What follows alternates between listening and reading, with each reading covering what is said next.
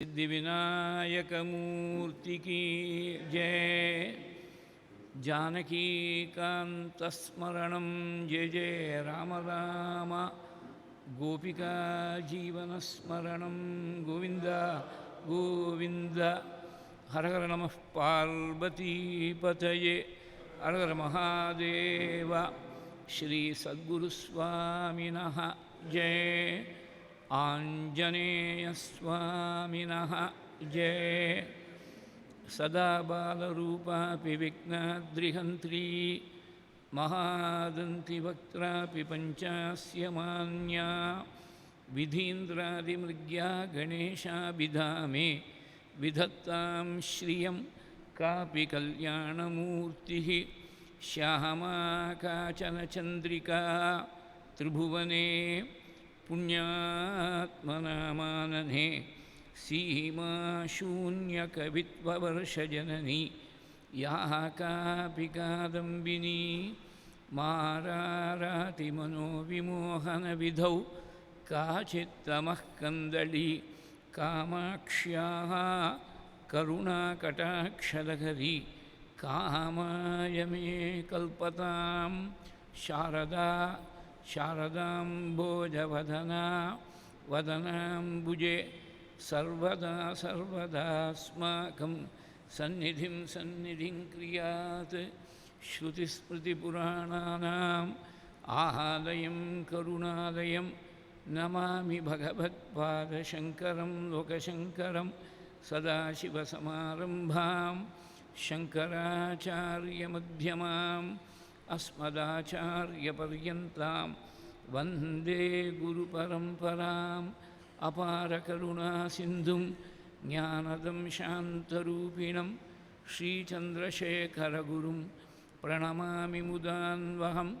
यदीयाङ्घ्रिचिन्ता सुपूता च वाणी यदीयं स्वरूपं सदा ध्यानयोग्यं तमेवेन्दुचूडाख्यदिव्यावतारं मनोवाक्शरीरैः गुरुश्रेष्ठमीडे सदात्मध्याननिरतं विषयेभ्यः पराङ्मुखं नौमि शास्त्रेषु निष्णातं चन्द्रशेखरभारतीं। दोर्भिर्युक्ता चतुर्भिः स्फटिकमणिमयीम् अक्षमालां दधाना हस्ते नैकेन पद्मं सितमपि च शुकं पुस्तकं चापरेण भासा कुन्देन्दुशङ्खस्फटिकमणिनिभा भासमाना असमाना सा मे वाग्देवतेयं निवसतु वदने सर्वदा सुप्रसन्ना। कूजन्तं राम रामेति मधुरं मधुराक्षरम् आरुह्य कविताशाखां वन्दे वाल्मीकिकोकिलं। वाल्मीकेः मुनिसिंहस्य कवितावनचारिणः शृण्वन् रामकथानादं को न याति परां गतिं। यः पिबन् सततं रामचरितामृतसागरम् अतृप्तस्तं मुनिं वन्दे प्राहचेतसमकल्मषम्। आञ्जनेयमतिपाटलाननं काञ्चनाद्रिकमनीयविग्रहं पारिजाततरुमूलवासिनं भावयामि पवमाननन्दनं। वैदेहीसहितं सुरद्रुमतले हैहिमे महामण्टपे मध्ये पुष्पकम् आसने मणिमये वीरासने सुस्थितम् अग्रे वाचयति प्रभञ्जनसुते। तत्त्वं मुनिभ्यः परं व्याख्यान्तं भरदादिभिः परिवृतं रामं भजे श्यामलं वाल्मीकिगिरिसम्भूता रामसागरगामिनी। पुनातु भुवनं पुण्या रामायणमहानदी। नमोऽस्तु रामाय सलक्ष्मणाय देव्यै च तस्यै जनकात्मजायै। नमोऽस्तु रुद्रेन्द्रयमानिदेभ्यः नमोऽस्तु चन्द्रार्कमरुद्गणेभ्यः। पीताम्बरं करविराजितशङ्खचक्रकौमोदकीसरसिजं करुणासमुद्रं राधासहायम् अतिसुन्दरमन्दहासं वाहतालयेशमनिशं हृदि भावयामि योऽहन्तः प्रविश्य मम वाचमिमां प्रसुप्तां सञ्जीवयति अखिलशक्तिधरस्वधाम्ना अन्यांश्च हस्तचरणश्रवणत्वगादीन् प्राणान्नमो भगवते पुरुषाय तुभ्यं श्रुतिस्मृतिपुराणोक्तधर्मघोषणनिस्तुलं भक्तवात्सल्यजलधिं पूर्णानुग्रहकारिणम् उपन्यासमहारत्नम् अज्ञातकटुभाषणम् अनन्तरामयोगीन्द्रं मद्गुरुं श्रेयसे भजे मुहुकं करोति वाचालं पङ्गुं लङ्घयते गिरिं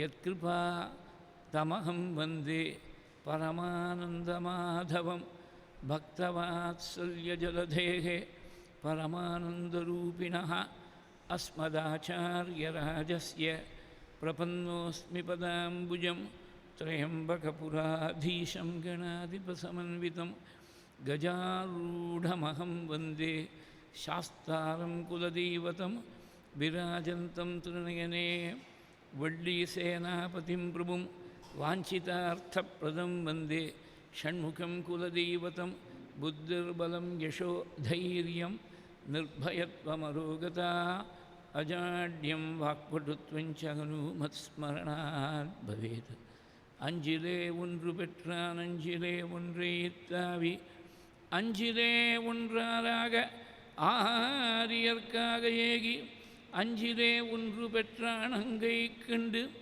அயலாரூரில் அஞ்சிலே ஒன்றை வைத்தான் அவன் நம்மை அடித்து காப்பான் ஊனிடைச் சுவர் வைத்து கண்பு தூண் நாட்டி உரோமம் மேய்ந்து 9 வாசல் தானுடைய குரம்பை பிரியும் போது உந்தன் சரணமே சரணம் என்றிருந்தேன் தேனுடை கமலத்திருவினுக்கரசே திரைகுள்மா நெடுங்கடல் கிடந்தாய் நானுடைய தவத்தால் திருவடி அடைந்தேன் நைமிஷாரண்யத்துழந்தாய் ஸ்ரீஹரயே நமः சீதாலக்ஷ்மண பரதசத்ருக்ன ஹனுமத்சமேத ஸ்ரீராமச்சந்திராய परब्रह्मणे नमः गुरुपवनपुरेशाय नमः सद्गुरुचरणारविन्दाभ्यां नमः वाग्देव्यै नमः ॐ हनुमते नमः स्वस्त्यस्तु समस्तसन्मङ्गलानि सन्तु समस्तैश्वर्यप्राप्तिरस्तु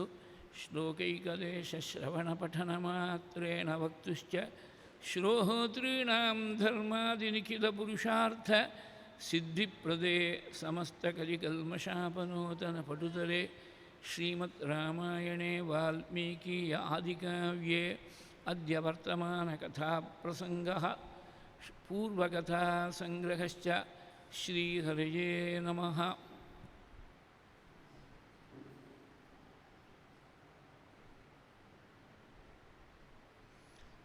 ஸ்ரீயப்பதிகான ஸ்ரீ குருவாயூரப்பனுடைய பரமானுக்கிரக விசேஷத்தால் நடந்து வரக்கூடிய இந்த சிரவண யஜ்ஞத்தில் பூர்வ சரித்திரத்தில் வால்மீகி பகவான் நமக்கு அனுகிரகம் பண்ணி கொடுத்த ஆதிகாவியமான ஸ்ரீமத் ராமாயணத்தை குசலவர்கள் அஸ்வமேத மகாமண்டபத்தில் யஜ்ஞவிராம காலத்தில் பகவான் ஸ்ரீராமனே சிரவணம் பண்ணி சந்தோஷப்படக்கூடிய ரீதியில் உபதேசம் பண்ணி வரக்கூடிய கிரமத்தில் பகவான் பித்ருவாக்கிய பரிபாலனம் பண்ணி சிரஸுக்கு மேலே பிதாவுடைய வாக்கியத்தை தரித்து கானகம் வந்திருக்கக்கூடிய சமயத்தில் சீதையை பறி கொடுத்து தேடின்னு வரக்கூடிய சமயத்தில் பலவாறு புலம்புறாள். அப்போ தான் ஜடாயுஸை பார்த்து ஜடாயுஸ் மூலமாக விஷயத்தை தெரிந்து கொண்டு தன் கையால் ஆயுதாக்கு சம்ஸ்காரம் பண்ணி ஜடாயுஸுக்கு புண்ணியலோகங்களுக்கெல்லாம் அனுகிரகம் பண்ணி கொடுத்து கபந்தனுக்கு சத்ததி கொடுத்து சபரியுடைய ஆசிரமத்தில் வந்து சேர்ந்தாள் என்று சொல்லி நேற்றைய தினம் பூர்த்தி செய்தது. கபந்தன் சுக்ரீவனுடைய பெருமையை சொல்கிறாள், சபரியை பற்றி சொல்கிறாள், ரிஷிமுக பர்வதத்துக்கு போகக்கூடிய வழியை சொல்லி அங்கே இருக்கக்கூடிய அடையாளங்கள்லாம் சொல்கிறாள். Perhaps the earliest known instance of an unspoken GPS. Unspokenனா பேசினார், கபந்தன் வாயில் தான் சொன்னார். ஜிபிஎஸ்ங்கிற வார்த்தையே இட் வாஸ் நாட் ஸ்போக்கன். அவ்வளோதான், அவ்வளோ அழகாக அடையாளம் சொல்லியிருக்கார். அந்த மலையில் இருக்கக்கூடிய குகையை மறைச்சிட்டு இருக்கக்கூடிய பெரிய பாறாங்கல், அந்த குகையில் இருக்கக்கூடிய நீர்த்தேக்கம், அந்த நீர்த்தேக்கத்தில் 4 வானராளோடு சேர்ந்து சுக்ரீவன் வாசம் பண்ணுறாள். ரிஷிமுகத்துக்கு ஒரு விசேஷத்தை நேற்றைய தினம் பார்த்தோம். அங்கே போய் தூங்கினா சொப்னத்தை எது கிடைக்கிறதோ அது முழிச்சுன்றப்புறமும் கிடைக்கும். ஆனால் தப்பான எண்ணத்தோடு இருக்கக்கூடியவன், பாபகர்மாவாக இருக்கக்கூடியவன் அந்த மலையிலேயே ஏற முடியாதுன்னு விட்டேன். அவ்வளவு சாந்தமாக இருக்குது அந்த மலையானது. இந்த சன்னிவேஷம் அவ்வளவு அமைதியாக இருக்குது. எவ்வளோ அமைதிங்கிறதுக்கு இன்னொரு ஸ்லோகம் சொன்னேன். வல்குஸ்வனானி கூஜந்தி பம்பா சலிலகோச்சராக நோத்விஜந்தே நரான் திருஷ்ட்வா பயஸ்ய அகோவிதா புரா. இங்கே பலவிதமான பட்சிகள் ரொம்ப அழகாக சப்தம் பண்ணிட்டுருக்கு. சாதாரணமாக பட்சிகளோ மிருகங்களோ பார்த்தீங்கன்னா, நான் சிம்மம், புலி முதலிய மிருகங்களை சொல்ல, சின்னதாக இருக்கக்கூடிய மிருகங்கள் சாதாரணமாக நம்மளை பார்த்த உடனே பயந்து போகும். பயந்து போகிறதுனா நம்ம மேலே தான் தோஷம். துக்காராம சுவாமிகள் இப்படி வயல் வரப்பில் நடந்து போயிட்டே இருந்தார். அது புறாக்களெல்லாம் உட்கார்ந்து இவரை பார்த்த உடனே பறந்து போயிட்டு ரொம்ப வருத்தப்பட்டார்னு கதை. நமக்கு இன்னும் பரிபூர்ண அஹிம்சா தர்மம் பிரதிஷ்டி ஆகலை. அஹிம்சை மனசால, வாக்கால, சரீரத்தால் 100க்கு 100% அஹிம்சை ஒருத்தட்டு பிரதிஷ்டை ஆகிடுத்துனா அஹிம்சா பிரதிஷ்டாயாம் தத் சந்நிதோ வைரத்தியாக அப்படின்னு பதஞ்சலியுடைய யோக சூத்திரம். விரோதி பாவங்கள்லாம் விலகி போயிடும். எந்த பிராணிக்கும் சிம்மம், புலி, கரடி முதலிய துஷ்ட மிருகங்கள் கூட இவன்ட்டு விரோதி பாவம் இல்லாமல் சாந்தமாக போயிடும் அவனுடைய சந்நிதியில். அந்த மாதிரி பகவான் கோவிந்தனாக பட்டாபிஷேகம் செய்து கொண்ட பொழுது சன்னிவேஷம் அப்படி இருந்ததுன்னு பாகவதத்தில் இருக்குது. இந்த ரிஷிமுக பருவத்தில் இருக்கக்கூடிய பட்சிகள்லாம் மனுஷாவை பார்த்து பயந்து போகலாம். ஏன்னா பயஸ்ய அகோவிதா பூரா, பயந்து பழக்கம் இல்லைன்னுட்டேன். மிருகங்களுக்கு யாருமே அங்கே போகிறவா எல்லோரும் புண்ணியாத்மாக்கள் தானே. பாப்பியாக இருக்கிறவங்க ஏறவே முடியாது மலையிலன்னு சொன்னால், புண்ணியாத்மாக்கள் போகிற போது தபஸ்விகளாக இருக்கிற மட்டும்தான் போகிறா. அதனால் அவளுக்குண்டு பீத்தியா பீத்திரி ஜாயத்தேன்னு பாலகாண்டது அயோத்தியா காண்ட ஆரம்பத்தில் சொன்னார். பீத்தியா பீத்திரி ஜாயத்தேன்னு பயத்துலேருந்து பயம் ஏற்படும். பிரீத்தியா பிரீத்திரி ஜாயத்தே, பிரியம் இருந்தால் பிரியம் ஏற்படும். நாம் என்ன பாவத்தை மனசில் வச்சுன்னு இருக்கோமோ உலகம் அதை ரிஃப்ளெக்ட் பண்ணும். அதான் விஷயம். அதனால் உலகத்தை இருக்கிறத நான் ரிஃப்ளெக்ட் பண்ணுறேன்னு சொல்லக்கூடாது. நாம் மனசை சுத்தமாக வச்சுக்கிட்டா நம்மகிட்ட வரவா எல்லாருமே அப்படி சுத்தமாக போயிடுவோம். அதான் வாஸ்தவமான தபஸுக்கு லட்சணம். புண்ணியாத்மாக்கள் தான் அங்கே போகிற, அதனால் அவளுக்கு பயப்பட வேண்டிய அவசியம் இல்லை.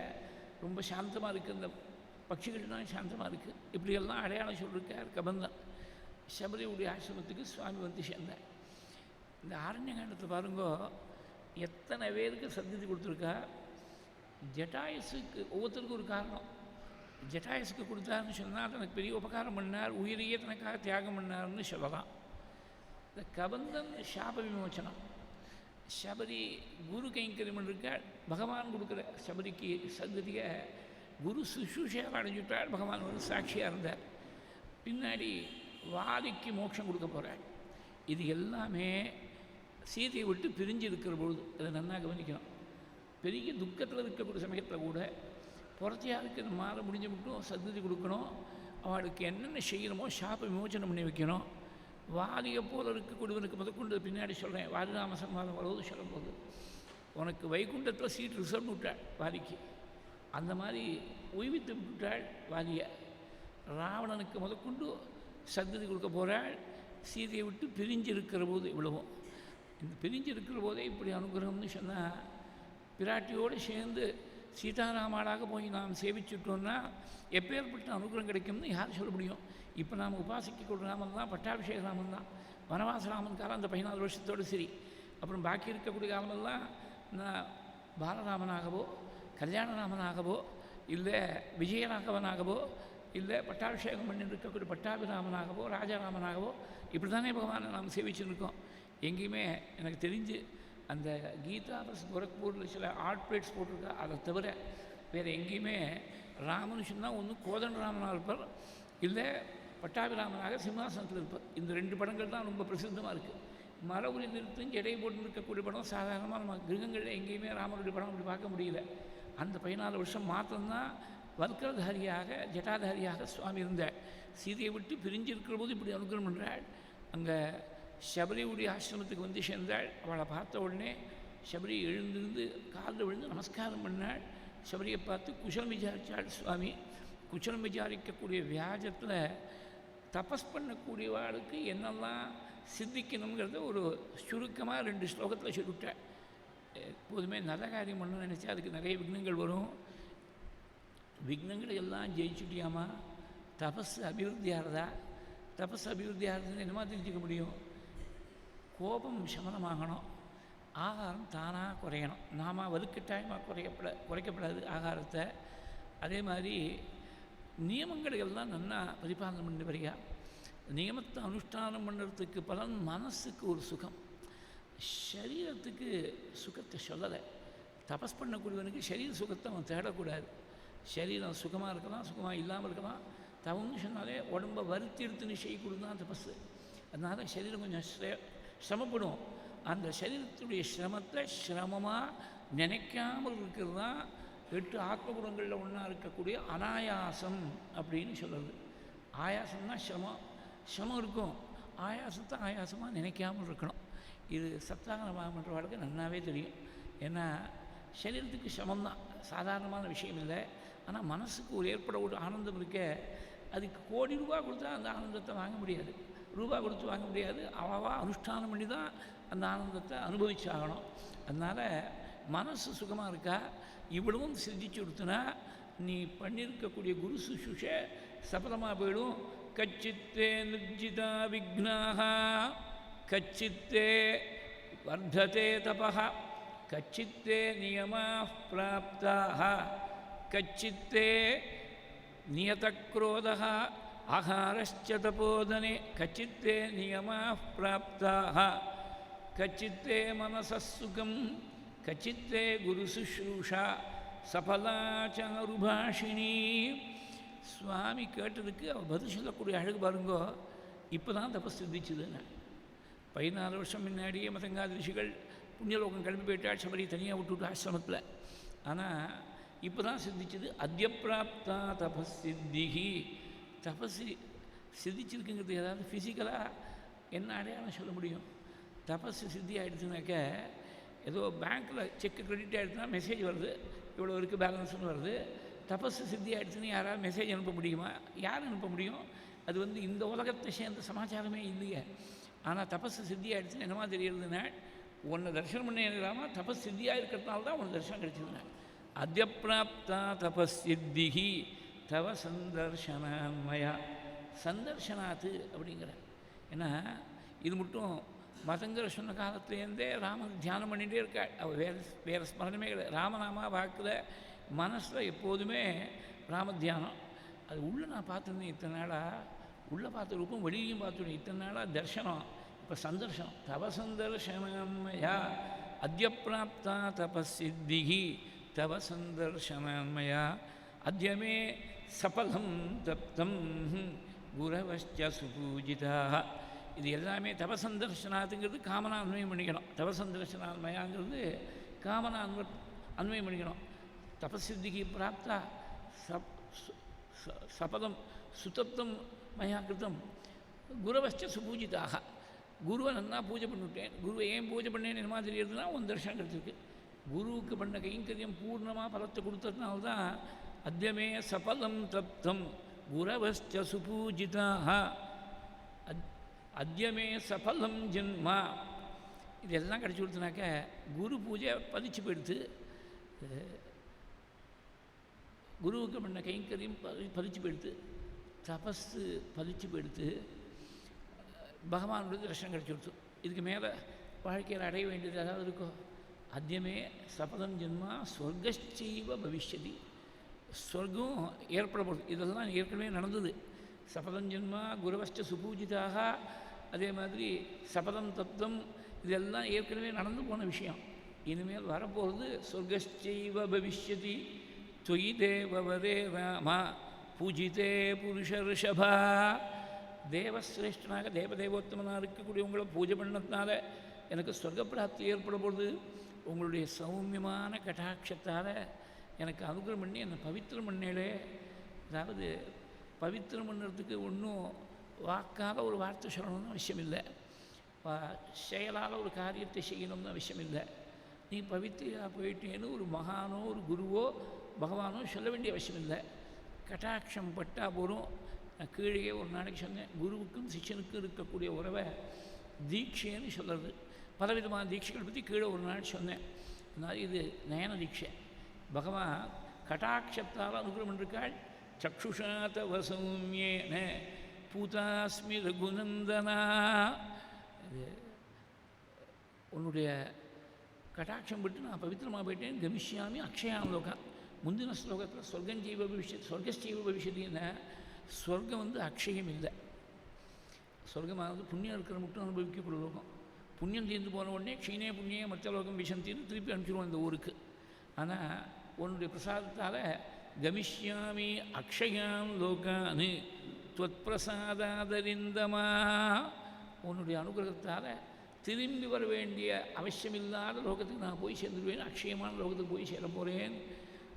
அது மாத்திரமில்லை, சித்திரகூட்டம் துவயி பிராப்தே விமானைஹி அதுல பிரபைஹி இதஸ்தே திவமாரூடாக யாஹானகம் பர்யசாரிஷம். அந்த சர்க்கம் முழுக்க பாருங்கோ, குருவுடைய பேரை சொல்லலை சபரி. யாருக்கு நான் கைங்கரியம் பண்ணேனோ, அப்புறம் அகஞ்ச பரிச்சாரிணி பின்னாடி 10 ஸ்லோகம் கழித்து சொல்ல போகிறேன். யாருக்கு நான் பரிச்சரியை பண்ணானோ கைங்கரியம் பண்ணேனோ அவள் சமீபத்தில் நான் போய் சேரணும்னு ஆசைப்படுறேன். குருக்களோடு சேரணும்னு ஆசைப்படுறேன். குரு குரு குரு சொல்லியிருக்கானே தவிர மதங்காதி ரிஷிகள் அது நாம் தெரிஞ்சுக்கணும். ஏன்னா அந்த இடத்துல மதங்கம்னு ஒரு சரஸ் இருந்ததாக ஒரு ஸ்லோகம் இருக்குது. சபரியுடைய ஆசிரமத்துக்கு போகிற போது மதங்கம்னு ஒரு சரஸ் இருந்தது. அந்த சரஸை பார்த்துன்னு போனாள் சுவாமின்னு ஒரு ஸ்லோகம் இருக்குது. நான் அடிக்கடி சொல்லியிருக்க மாதிரி எல்லாத்தையும் சொல்ல முடியல. 100 நாள் ராமாயணம்னு பேரே தவிர அப்படியே அங்கங்கே ஏதோ ஒரு விஷயத்தை கோடி காட்டுட்டு போக வேண்டியிருக்கு. ஓரளவுக்கு நவாகத்தை பார்க்கும்போது ஓரளவுக்கு டீட்டெயில்டாக பார்த்துட்டு இருக்கோம். இருந்தாலும் எக்ஸாஸ்டிவாக சொல்ல முடியாது, இல்லஸ்ட்ரேட்டிவாக தான் சொல்ல முடியும். மதங்கம்னு ஒரு சரச பகவான் பார்த்துட்டு வந்திருக்கார். மதங்களுடைய பேரால் ஏற்பட்டிருக்கக்கூடிய நீர்த்தேகம் அது. மதங்கள் தான் சபரிக்கு குருவாக இருந்திருக்கார். பல வருஷம் முன்னாடி நீ சித்திரகூடத்தில் இருக்கிறது ராமா, நான் எந்த மகான்களுக்கு கைங்கரியம் பண்ணேனோ அவளை புண்ணியலோகத்துக்கு அழைச்சும் போகிறதுக்காக விமானம் வந்துடுத்து தேவலோகத்துலேருந்து. அவள் விமானத்தில் ஏறி போகிறோம். நான் போய் காலில் விழுந்து நமஸ்காரம் பண்ணி கண்ணால் கண்ணீர் பெருக்கினேன். இத்தனை நாளாக நான் எனக்கு தெரிஞ்ச மட்டும் ஏதோ கைங்கரியம் பண்ணி வந்தேன். உங்கள்கிட்ட வேறு எந்த விதமான எதிர்பார்ப்பும் இல்லை. ஏதோ பூவோடு சேர்ந்து மணக்கக்கூடிய நாராட்டமாக உங்களோட சேர்ந்து நானும் புண்ணியலோகம் போய் சேரக்கூடிய ஒரு பாக்கியத்தை அடைவேன் நினைச்சின்னு பண்ணேனே. என்னை விட்டுட்டு நீங்கள் மாத்திரம் தனியாக கிளம்பி போகிறேன்னு நான் வருத்தப்பட்டேன். அம்மா, வருத்தப்பட வேண்டியது நீ இல்லைம்மா, நாங்கள் தான் வருத்தப்படணும். விமானம் வந்துவிட்டு நாங்கள் கிளம்பி போகிறோம். நாங்கள் எந்த பகவானை இத்தனை நாளாக தபஸில் தியானம் பண்ணோமோ அந்த பிரபு உன்னுடைய ஆசிரமத்தை தேடி, பரம புண்ணியமாக இருக்கக்கூடிய ஆசிரமத்தை தேடி வரப்போகிற. தைஷ்சாஹ முக்தஹ தர்மஜ்ஞைஹி மகாபாகைர்மஹர்ஷிபிஹி ஆகமிஷ்யதி தே ராமஹ சுபுண்ணியமிமமாஸ்ரமம். இந்த தேங்கிறது 2 விதமாக அன்வயம் பண்ணிக்கிறோம். தே ராமஹா தே சுபுண்ணியம் ஆசிரமம் ஆகமிஷ்யதி. உன்னுடைய பரம புண்ணியமாக இருக்கக்கூடிய ஆசிரமத்துக்கு ராமன் உன்னை தேடி வரப்போகிறார். ஆகமிஷ்யதி தே ராமஹா சுபுண்ணியமிமமாஸ்ரமுஹு. எந்த ராமனை நாங்கள் தான் தேடின்னு இருக்கோமோ அந்த ராமன் ஒன்றை தேடி வரப்போகிறாம்மா. நாங்கள் தான் வருத்தப்படணும். விமானம் வந்துவிட்டே நாங்கள் கிளம்பி போகிறோம். நீ இங்கே இரு, உன்னை தேடி வருவார் சுவாமின்னு சொல்லிட்டு போனாள். அவள் வாக்கு ஒரு நாளும் பொய்யா போனதே கிடையாது, சத்தியசந்தாள். அவள் சொன்ன வாக்கு என்றைக்கு பறிக்க போகிறது, உன்னுடைய தரிசனம் எப்போ கிடைக்க போகுது நான் காத்திருந்தேன். என்ன இன்னொரு வார்த்தை சொன்னாள். அப்படி வரக்கூடிய சமயத்தில் சதே பிரதிகிரகீதவ்யா சௌமித்ரி சகிதோ திதிஹி. லக்ஷ்மணனோடு சேர்ந்து வருவன், சுமித்ரானந்தனாக இருக்கக்கூடிய லக்ஷ்மணனோடு சேர்ந்து வருவன், அதிதியாக வருவன். என்றைக்கு வரான்னு சொல்லிவிட்டு வர மாட்டாள். சுவாமி அனுகிரகம் பண்ணுறது முன்னாடி அப்பாயின்மெண்ட் கொடுத்துட்டா அனுகிரகம் பண்ணுவார் சுவாமி. இந்த தேதியை இந்த கிழமையில உனக்கு நான் அனுகிரகம் பண்ணி சொல்லிவிட்டு வருவாரா. எந்த மகானுக்கும் அந்த மாதிரி அனுகிரகம் பண்ணால் தெரியாது. அது ஒரு மொமெண்ட்ரி ஃப்ளாஷில் வந்துடும். ஒரே க்ஷணம் தான் வேணும். ஒரு க்ஷணம் பர்யந்தம் அஜ்ஞானமாக இருக்கும், அடுத்த க்ஷணம் ஞானோதயம். பகவானுடைய அனுகிரகம் எப்போ வரும்னு தெரியாது. நாம் எப்போதும் ரெடியாக இருக்கணும். எப்போ வேணால் அந்த அனுகிரகம் கிடைக்கலாம். அதனால் சதே பிரதிகிரகீதவ்யா சௌமித்ரி சகிதோ திதிஹி. லக்ஷ்மணோடு சேர்ந்து வரப்போகிறாள். அதிதியாக வருவாள். அதிதினா யார் வரக்கூடிய திதி தெரியாதோ அவருக்கு தான் அதிதின்னு பேர். எந்த சமயத்தில் வரப்போகிறான்னு தெரியாது, திதி தெரியாது, திடீர்னு வந்து நிற்பாள். அப்போ வந்து நீ நல்லா உபச்சாரம் பண்ணணும்னு சொல்லிட்டு போனாள். அந்த சுதினம் வந்துடுத்து இன்னைக்கு சித்திரக்கூட்டம் தொய் பிராப்தே விமானைகி அதுல பிரபைகி. அந்த விமானத்தை இன்றைக்கும் மனக்கண்ணுக்கு முன்னாடி நிற்கிறது. 14 வருஷம் முன்னாடி இந்த விமானம் மனக்கண்ணுக்கு முன்னாடி நிற்கிறது. ஜொலிச்சிருந்தது, விமானமே ஜொலிக்கிறது. கண்ணெடுத்து பார்க்க முடியல விமானத்தை. அதுல பிரபைகி விமானைகி அதுல பிரபைகி இதஸ்தே திவமாரூடாக. இங்கேருந்து தேவலோகத்தை கிளம்பிவிட்டாள். யாருன்னா யானகம் பர்யசாரிஷம். யாருக்கு நான் கைங்கரியம் பண்ணேனோ அந்த மகான்கள் கிளம்பிவிட்டாள். இதில் ஒரு நல்ல சூக்ஷ்மமான ஒரு விஷயத்தை கவனிக்கணும். சரபங்கர் இந்திரனே வந்தால் திருப்பி அனுப்பிச்சுட்டார். சுதீக்ஷனும் இப்படி தான், இந்திரனே வந்தால் திருப்பி அனுப்பிச்சுட்டார். மற்றங்கர் திருப்பி அனுப்பப்படாதா? நான் ராமன் வரப்போகிறேன், ராமனை பார்க்க போகிறேன்னு இருக்கப்படாதா? இவர் மாத்திரம் ஏன் கிளம்பி போனார் அப்படின்னா அங்கே தான் சூக்ஷ்மம். இந்த குரு பண்ணக்கூடிய அனுகிரகத்துடைய சூக்ஷ்மம் இருக்க. மதங்கர் இருந்திருந்தாருன்னா என்ன இருக்கும்? மதங்களுடைய நிழலை தாண்டி தான் பின்னாடி தான் இருக்கணும் சபரி. ஏன்னா குரோச்சாயாம்னு லங்கையேன்னு சிஷ்யனுக்கு லட்சணம். குருவுடைய நிழல் மேலே கூட தவறி போய் கால் போட்டுவிடக்கூடாது. அப்படி தான் பின்னாடி பவ்யமாக தான் நிற்கணும் சிஷ்யனாக இருக்கக்கூடியவன். அதனால் மதங்களுக்கு தான் பிராதானியம் இருக்கும். நாம் தபஸான பகவானை எப்போ வேணால் பார்க்கலாம். கண்ணை மூடினா சுவாமி உள்ள தெரியவன். தேவலோகத்துக்கு போனாக்கா எப்போ வேணால் சுவாமியை வைகுண்டத்தை தரிசனம் பண்ணிக்கலாம். அந்த தபஸ் இருக்குது. அவளுக்கு அவ்வளவு தபஸ் இல்லை. ராமனாக தேடி வரும்போது அவளுக்கு பூர்ணமாக அந்த அனுகிரகம் கிடைக்கணும். இந்த பகவானை முதற்கொண்டு சிஷ்யனுக்காக விட்டு கொடுக்கக்கூடியவர் குரு. இதான் சூக்ஷ்மம். அது விட்டு கொடுத்துட்டார். அதனால தான் இதஸ்தே திவமா ரூடாக ஒருத்தர் இல்லை, மதங்காத ரிஷிகள். அதனால தான் பல ரிஷிகள் இருந்ததுனால தான் பகுவச்சனத்தை சொன்னாள். இதஸ்தே திவமா ரூடாக. எல்லாரும் ஒரே மாதிரி. இந்த சபரிக்கு பகவானுடைய அனுகிரகம் பரிபூர்ணமாக கிடைக்கட்டும். நாம் இருந்து விட்டோம்னா பின்னாடி இருக்க முடியாது வந்துடும். ராமனை முக்கியமாக கவனித்து ராமனோடு நேரடியாக பேசக்கூடிய பாக்கியங்கள்லாம் கிடைக்குமா கிடைக்காதான்னு தெரியாது. குரு இருந்தால் குரு தான் பேச போகிறார் சுவாமி. மதங்கள் பேச போகிறார். பின்னாடி இருந்து பார்க்கலாம், இந்த ப்ரொசீடிங்ஸை பார்த்துட்டு இருக்கலாம். எங்கேயோ ஒரு ஓரத்தில் இருந்து பார்த்துட்டு இருக்கலாம் சபரி. ஷீ மஸ்ட் பி இந்த சென்ட்ரல் ஸ்டேஜ் அப்படின்னு மதங்கள் நினச்சி இதஸ்தே திவமாரூடாக யானகம் பர்யசாரிஷு. அப்பேற்பட்ட புண்ணிய காலம் வந்துடுத்து. எங்கள் பெரியவா சொன்ன காலம் வந்துடுத்து. அன்னிலேருந்து இன்னி மட்டும் மயேதம் புருஷவியாக்ர சஞ்சிதம் புருஷர்ஷப பம்பாயாஸ்தீரசம்பவம் தவார்த்தே புருஷவியாக்ர. நான் பலவிதமான பழங்கள்லாம் பம்பா தீரத்தில் கிடைக்கக்கூடிய பழங்கள் எல்லாத்தையும் உனக்காக சேர்த்து வச்சுருக்கேன். மயேதம் விவிதம் வன்யம் பம்பாயாஸ்தீரசன்னிபம் தீரசம்பவம் தவார்த்தே புருஷவியாக்ர சஞ்சிதம் புருஷோத்தமா. உனக்காக சேர்த்து வச்சுருக்கேன். இந்த பழங்களை ஸ்வீகரிக்கணும்னு அர்ப்பணம் பண்ணான்னு இருக்குது. கம்மன் சொல்கிற போது நான் பண்ண புண்ணியமெல்லாம் இன்றைக்கி தான் பூத்துருக்கு, மலர்ந்துருக்கு. காலத்தால் உதய காலத்தில் தான் அந்த புஷ்பங்கள்லாம் மலர்றது. அந்த மாதிரி மலர்ந்துருக்கு. நான் பண்ண புண்ணியமெல்லாம் மலரக்கூடிய ரீதியில் நீ வந்து சேர்ந்திருக்கியே. நீ வரப்போகிறேங்கிறதுக்காக காத்திருந்தேன். இருந்தனன் எந்தை, என் தகப்பனாரை போல நினச்சிருக்காள் ராமனை.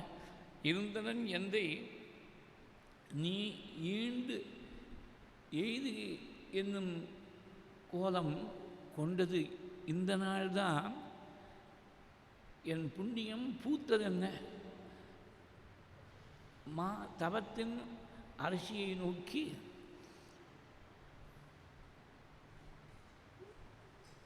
அந்த தவத்துக்கு அரசியாக இருக்கக்கூடிய சபரியை பார்த்து சுவாமி என்ன பண்ணாள்? தவத்தின் அரசி தன்னை அன்புற நோக்கி எங்கள் கடுந்துரும் துயரம் தீர்த்தாய் அம்மனை வாழி என்றான். இதுதான் பாட்டு, கம்பனுடைய பாட்டு. சபரி மோட்சத்தை ரொம்ப ரொம்ப சங்கரமாக தான் சொல்லியிருக்க கம்பன். வால்மீகி சொன்னாடவு கூட சொல்லலை, சங்கரமாக தான் சொல்லியிருக்க. நீ வாழி என்று வாழ்த்தினாலாம். எங்களுடைய துக்கத்தெல்லாம் நீ தீர்த்து வச்சியே. நாள் சீதையை விட்டு பிரிஞ்சு துக்கத்தோடு சுவாமி வந்திருக்க. சபரியை பார்த்த உடனே அவருக்கு இருக்கக்கூடிய ஒரு குரு பக்தியை பார்த்த உடனே அந்த குரு பக்தியுடைய பிரபாவத்தில் அப்படியே மேமருந்து போயிட்டாள் சுவாமி. சீதையை விட்டு பிரிஞ்சிருக்கோங்கிற எண்ணம் கொஞ்ச நாள் அந்த தாபத்தை மறந்துருந்தாராம். அதான் துயரம் தீர்த்தாய் அம்மனை வாழி என்றான். வாழின்னு வாழ்த்தினாலும் உடனே என்ன பண்ண போகிறாவ?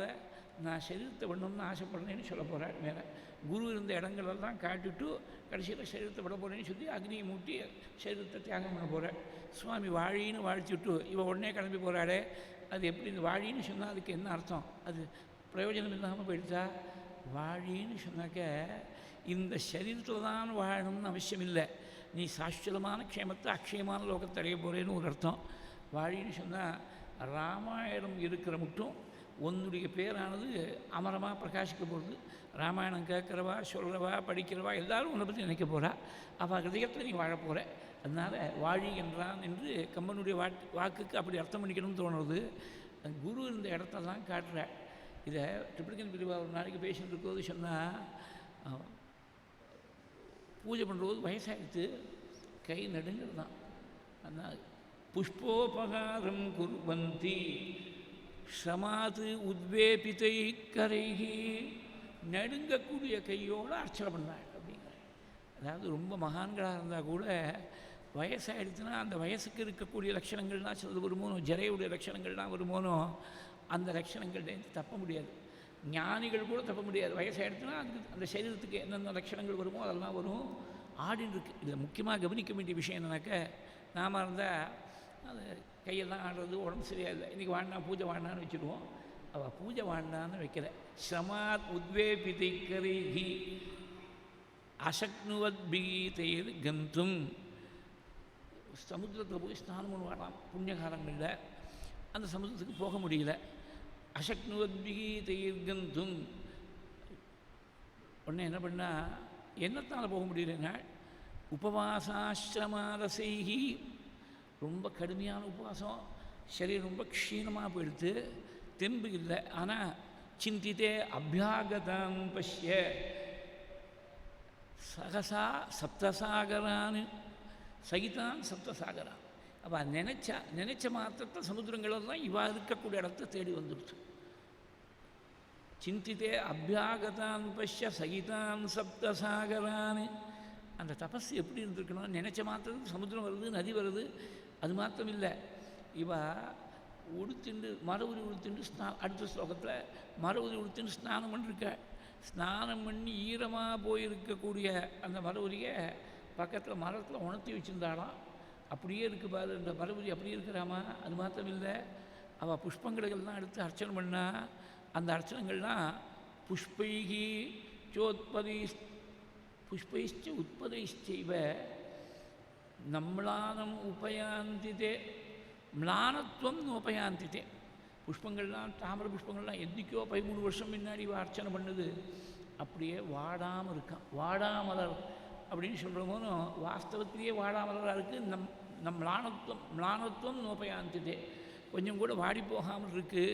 இப்படியெல்லாம் காட்டி இங்கே தான் அவள் ஜபம் பண்ணுவா, இங்கே தான் அக்னி ஆராதனை பண்ணா, இங்கே தான் தியானம் பண்ணியிருந்த ஒரு இடமா காட்டிவிட்டு, நான் தேஷாமகம் இச்சாமி அகம் து கந்துமிச்சாமி சமீபம் பாவிதாத்மனா.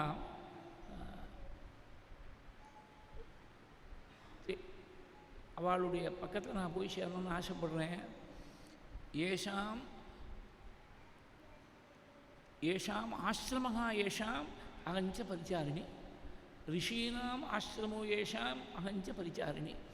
எந்த ரிஷிகளுடைய ஆசிரமம் அது இருக்கோ, மதங்காசிரமம்னு பேர் இருக்குது.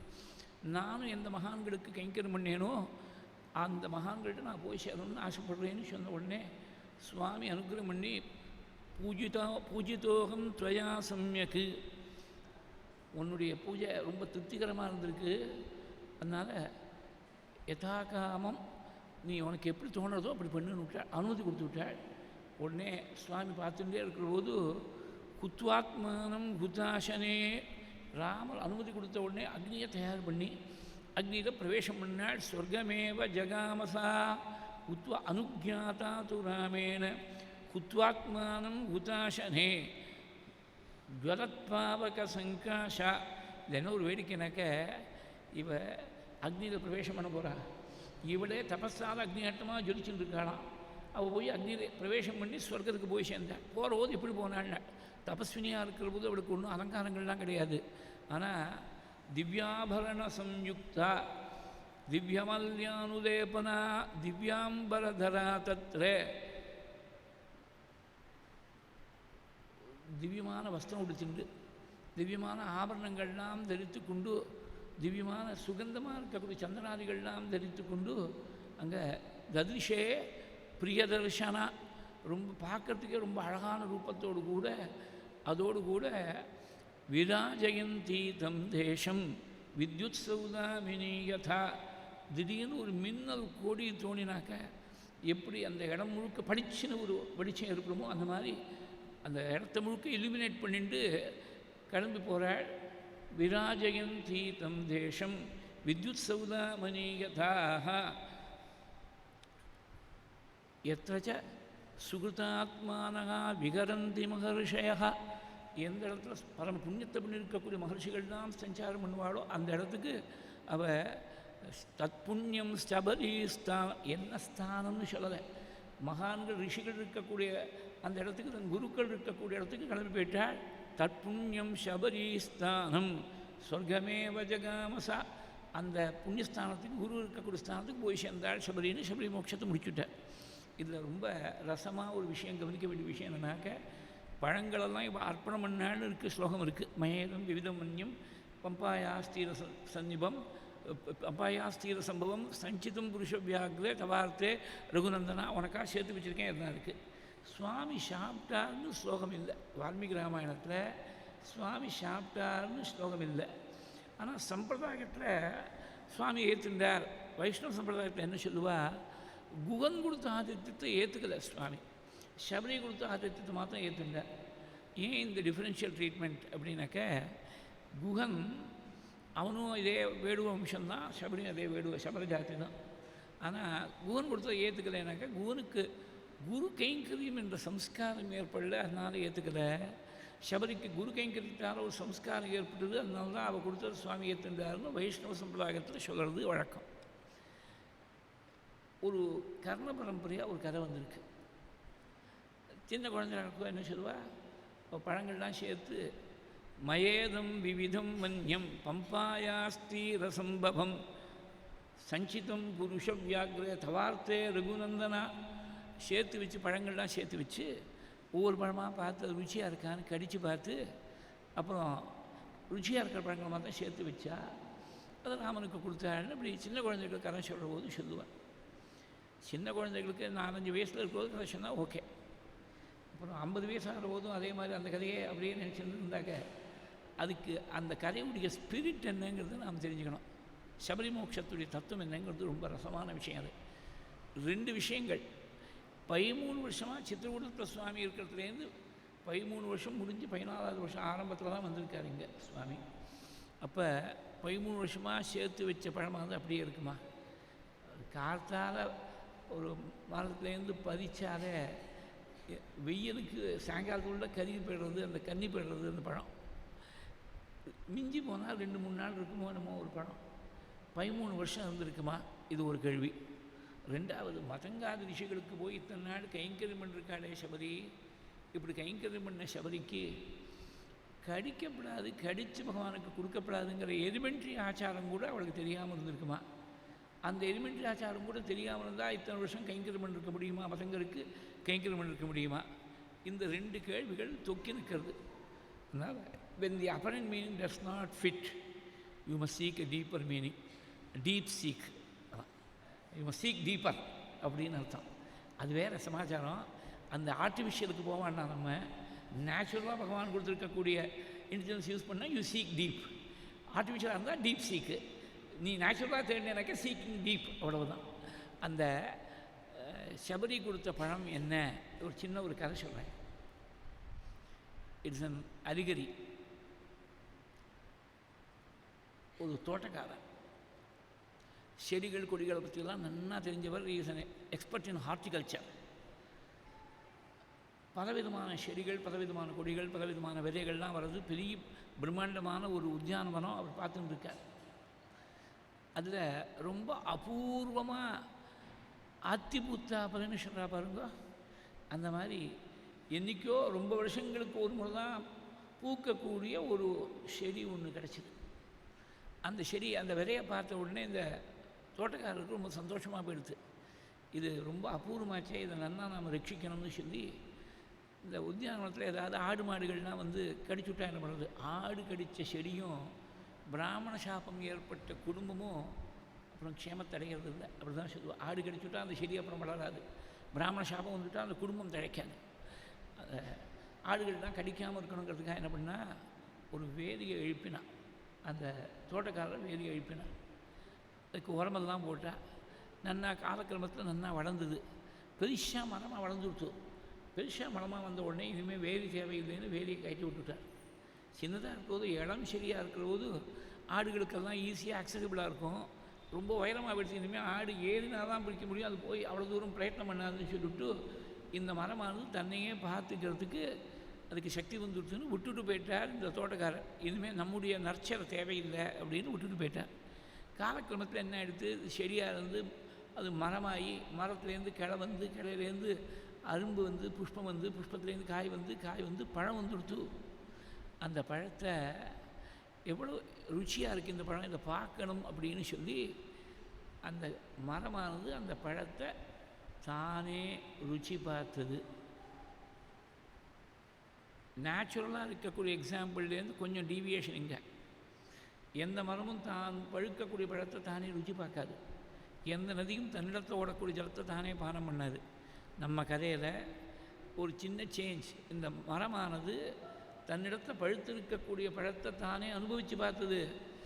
அனுபவித்து பார்த்த உடனே ரொம்ப ரொம்ப ருச்சியாக இருக்குது, இந்த பழத்தை நாமே வச்சுக்கப்படாது, இதை பகவான்கிட்ட நாம் அர்ப்பணம் பண்ணிவிடணும். எந்த பகவான் நாம் ஒரு வித ரூபத்தில் ஏற்பட்டு செடியாக வளர்ந்து மரமாக நல்லா பழுத்து இந்த மரத்தில் இருக்கக்கூடிய பழங்கள்லாம் பழுக்கிறதுக்கு காரணமாக இருந்தாரோ அந்த பகவானுக்கே அர்ப்பணம் பண்ண வேண்டும் என்று சொல்லி அந்த பழத்தை அர்ப்பணம் பண்ணிவிடுச்சு. இந்த ரொம்ப அபூர்வமாக பல வருஷங்களுக்கு ஒரு முறை அத்தி பூத்தாப்பில் பூக்கக்கூடிய ஒரு அபூர்வமான ஒரு செடி தான் இந்த சபரி. எத்தனையோ ஆயிரக்கணக்கான ஜீவர்கள் இருந்தாலும் குரு என்ற தோட்டக்காரருக்கு தெரியும் எது பழுத்திருக்கு, எது சீக்கிரமாக பழுக்கும், எது ரொம்ப நாளாகவும் பழுக்கிறதுக்குன்னு அவருக்கு தெரியும். இன்ட்யூட்டிவ்லி இருந்தோம். இன்ட்யூட்டிவாகவும் தெரிஞ்சுக்கலாம், அவருடைய திவ்ய ஞானத்தாலையும் தெரிஞ்சுக்கலாம். சாதாரணமாக இருக்கக்கூடிய ஒரு ஜீவன் சொன்னால் எத்தனையோ ஜென்மாக்களுக்கு அப்புறம் பகூனாம் ஜென்மநாமந்தே ஞானவான்மாம் பிரபத்தியதே வாசுதேவ சர்வமிதி ச மகாத்மா சுதுர்லபான்னு கீதையில் சுவாமி சொன்ன மாதிரி எத்தனையோ ஜென்மாக்களுக்கு அப்புறம் அடைய வேண்டியதாக இருக்குது. அது இன்னிட்டு டியூ கோர்ஸ் அது மாட்டில் வந்து அடையட்டும் அப்படின்னு விட்டுடுறார் அந்த குரு. ஆனால் ரொம்ப அபூர்வமாக இருக்கக்கூடியது இது ரொம்ப விலட்சணமாக இருக்கக்கூடிய ஜீவன். உடனே பகவான்கிட்ட போய் சேர வேண்டிய விஷயம். இதை லௌகிகமாக இருக்கக்கூடிய ஆடு மாடுகள்லாம் கடிக்காமல் இருக்கணும்னு தன்னுடைய அனுக்கிரகம் என்ற ஒரு வேதியை எழுப்பி சின்ன செடியாக இருக்கக்கூடிய சமயத்தில் அதுக்கு ஒரு ரட்சையாக இருக்கார் குரு. பெரிய மரமான உடனே இது நல்லா மெச்சூர் ஆகிடுத்து, இனிமேல் நம்ம ரட்சை தேவையில்லைன்னு மதங்கர் சபரியை விட்டுட்டு போயிட்டார். அந்த தோட்டக்காரர் விட்டுட்டு போயிட்டார். அப்புறம் பழம் ஒன்று பழுத்து. என்ன பழம் அப்படின்னாக்க தன்னையே தானே அனுபவிக்கக்கூடிய சுவாத்மானுபவம், சுவானுபூதி என்று சொல்லக்கூடிய பழம். இந்த பழத்தை அவாவாக தான் அனுபவிச்சாகணும். இந்த சுவானுபூதி சுவங்கிறதுனாலேயே தன்னுடைய ஸ்வரூபத்தை தானே அனுபவித்து தானே ஆத்மஸ்வரூபத்துடைய அந்த ஆனந்தத்தை தழைச்சிருக்கக்கூடிய சுவானுபூதியை வேற ஒருத்தர் அனுபவிக்க முடியுமா? சாதாரண மரமாக இருந்தால் மரம் சாப்பிடாது பழத்தை. யாரோ ஒருத்தன் அந்த பழத்தை பறித்து ஆளுக்கு ஒரு பழமாக 2 பழமாக யாரோ சாப்பிட போகிறான். ஆனால் இது எப்படின்னாக்கா ஆத்மஸ்வரூபம் பழுக்கிற போது குருவுடைய ஒரு நிழலில் தழைச்சி ஓங்கித்து அது பழுக்கக்கூடிய காலம் வரும்போது தன்னையே தானே அனுபவிக்கும்படியான ஒரு பழத்தை, ஆத்மஸ்வரூப அனுபவம் என்ற பழத்தை பழுத்த உடனே இது எப்படி இருக்குது பார்க்கணும்னு தானே அனுபவித்து பார்த்தது. அனுபவித்து பார்த்தாக்க அதான் கடித்து பார்க்குறது. இந்த பழத்தை கடித்து பார்த்த உடனே இது நல்ல பழமாக இருக்குது, பகவானுக்கு கொடுக்கணும் அப்படின்னு சொன்னதுனால இந்த பழமானது வாடி போகாது, வதங்கி போகாது. ஆத்மா அனுபூதி என்ற பழமானது எத்தனை வருஷமானாலும் வாடக்கூடியதில்லை, அது சாஸ்வதமான ஆத்மாவே அழியாத வஸ்துவாக இருக்க. அதனால் அழியாத ஒரு அனுபூதியாக இருக்குது. அந்த அழியாத அனுபூதியை தான் அனுபவித்து பார்த்த உடனே இது மட்டும் நாம் வேறு பரமாத்மா வேறுங்கிற எண்ணம் இருந்தது. அந்த அனுபூதி ஆத்ம அனுபூதி ஏற்பட்ட உடனே நான் வேறு இல்லை, அந்த பிரம்மம் வேறு இல்லை அப்படின்னு வேதாகமேதம் புருஷம் மகாந்தம் ஆதித்யவர்ணந்தமசஸ்து பாரே சர்வாணி ரூபாணி விசித்ய தீரஹா. சர்வாணி ரூபாணி விசித்திய அப்படின்னா இந்த வாக்கியத்துக்கு அர்த்தம் ஏற்கனவே அகம்வேத்மி மகாத்மாவை சொல்லும்போது சொல்லியிருக்கேன். அதனால் நான் திருப்பி போகிறது இல்லை. சர்வாணி ரூபாணி விசித்திய தீரகா அப்படின்னாக்க ரூபங்களுக்கெல்லாம் ஜெயிக்கிறான்னா கண்ணுக்கு தெரியக்கூடிய ரூபங்கள் உலகத்தில் கோடிக்கணக்கான ரூபங்கள் இருக்குது. இந்த ரூபங்கள் எல்லாம் சத்தியம் இல்லை. ரூபத்துக்கு ஆதாரமாக ஒரு வஸ்து இருக்குது, அதுதான் சத்தியம். வெளியில் கண்ணுக்கு தெரியக்கூடியது, காதால் கேட்கக்கூடியது, மனசால் நினைக்கக்கூடியது எதுவும் சத்தியம் இல்லை. இவ்வளவுக்கும் ஆதாரமாக ஒரு சத்தியம் இருக்குது. அவன் தீரனாக இருக்கக்கூடியவன் என்ன பண்ணுறான், வெளியில் இருக்கக்கூடிய தோற்றத்தை கடந்து போயிடுறான், உள்ளே இருக்கக்கூடிய சாரத்தை கிரகிக்கிறான்னு அர்த்தம். சர்வாணி ரூபாணி விசித்திய தீரகான அதான் அர்த்தம். அந்த ரூபங்களுக்கெல்லாம் கடந்து உள்ளே இருக்கக்கூடிய தாத்பரியத்தை தெரிஞ்சுக்கிற போது தானே தன்னுடைய சுரூபத்தை அனுபவித்த உடனே இனிமேல் தனியாக ஜீவன் நான் தனியாக ஒன்றும் இருக்க வேண்டிய அவசியம் இல்லை. பிரம்மத்தோட பிரம்மமாக இரண்டரை கலக்கக்கூடிய காலம் வந்துடுத்து. ஜீவன் பிரம்மத்தோடு அப்படி இரண்டரை கலக்கக்கூடியது. அதுதான் ஜீவ பிரம்ம ஐக்கியம்னு விஷயம் தெரியாதவா சொல்லுவா. கொஞ்சம் நன்னா சாஸ்திர பண்டிதாடாக இருக்கிறவா அப்படி ஒத்துக்க மாட்டான் அந்த வார்த்தையை. ஐக்கியம்னா ஒன்றாக ஆகக்கூடிய தன்மை, ஏக்கமாக ஆகக்கூடிய பாவம்தான் ஐக்கியம். அப்போ ஜீவனும் பிரம்மமும் ஒன்றாச்சுன்னா ஒன்றாகிறதுக்கு முன்னாடி ரெண்டாச்சுங்கிறது இன்ஃபரன்ஸுக்கு இடம் கொடுக்குறதோனோ. அதனால் சரிகிறது ஜீவ பிரம்ம அபேதம். ஜீவன் வேறு இல்லை, பிரம்மம் வேறு இல்லைங்கிற அபேதம், non difference. It is not the unity, it is not the union of the jiva and paramatma. Union implies that it was not in a state of union previously. அதனால் it is a state of non difference. ஜீவன் வேறு இல்லை, பிரம்மம் வேறு இல்லைங்கிற அபேதத்தை அனுகிரகத்தார உணர்றான் ஜீவன். அதுதான் கடைசியில் highest level of சாதனை. அந்த சாதனை பலிக்கிற போது அத்தியப்பிராப்தா தபஸ் சித்திகி தபசந்தர்ஷனாத்மயா. இப்போ அந்த ஸ்லோகத்தை பாருங்க. தபஸ் சித்திச்சுட்டுனா என்ன அர்த்தம்னா, தபசந்தர்ஷனாத்மா எதிர்த்தாப்பில் ராமன் வரணும்னு அவசியம் இல்லை. எதிர்த்தாப்பில் வந்தது ஒரு கன்ஃபர்மேஷன். நமக்கு உள்ளே இருக்கக்கூடிய ஆத்மாராமனாக தெரிஞ்சுன்னு விட்டால் பம்பேங்கிறது தான் பக்தி பிரவாகம். அந்த பக்தி பிரவாகத்தில் அந்த பம்பானது தீரத்தில் தான் பழுத்து இருக்கு இந்த பழங்களெல்லாம். பக்தியால் பழுக்க வைத்திருக்கக்கூடிய இந்த ஆத்மஸ்வரூபத்தை இனிமேல் நான் தனியாக வச்சுன்னு பிரயோஜனம் இல்லை. தவார்த்தே ரகுநந்தனா, உங்கள்கிட்ட சேர்க்கறதுக்காக தான் இத்தனை நாளாக நான் கட்டி காத்தது முழுக்க, இந்த பழத்தை முழுக்க கட்டி காத்தது ஒரு நாளைக்கு உன்னோட இரண்டரை கலக்கணுங்கிறதுக்காக தான் கட்டி காத்தேனே தவிர நான் அனுபவிக்கிறதுக்காக சேர்த்து வைக்கல. அதனால் தவார்த்தே ரகுநந்தனா மயேதும் விவிதம் வன்யம்.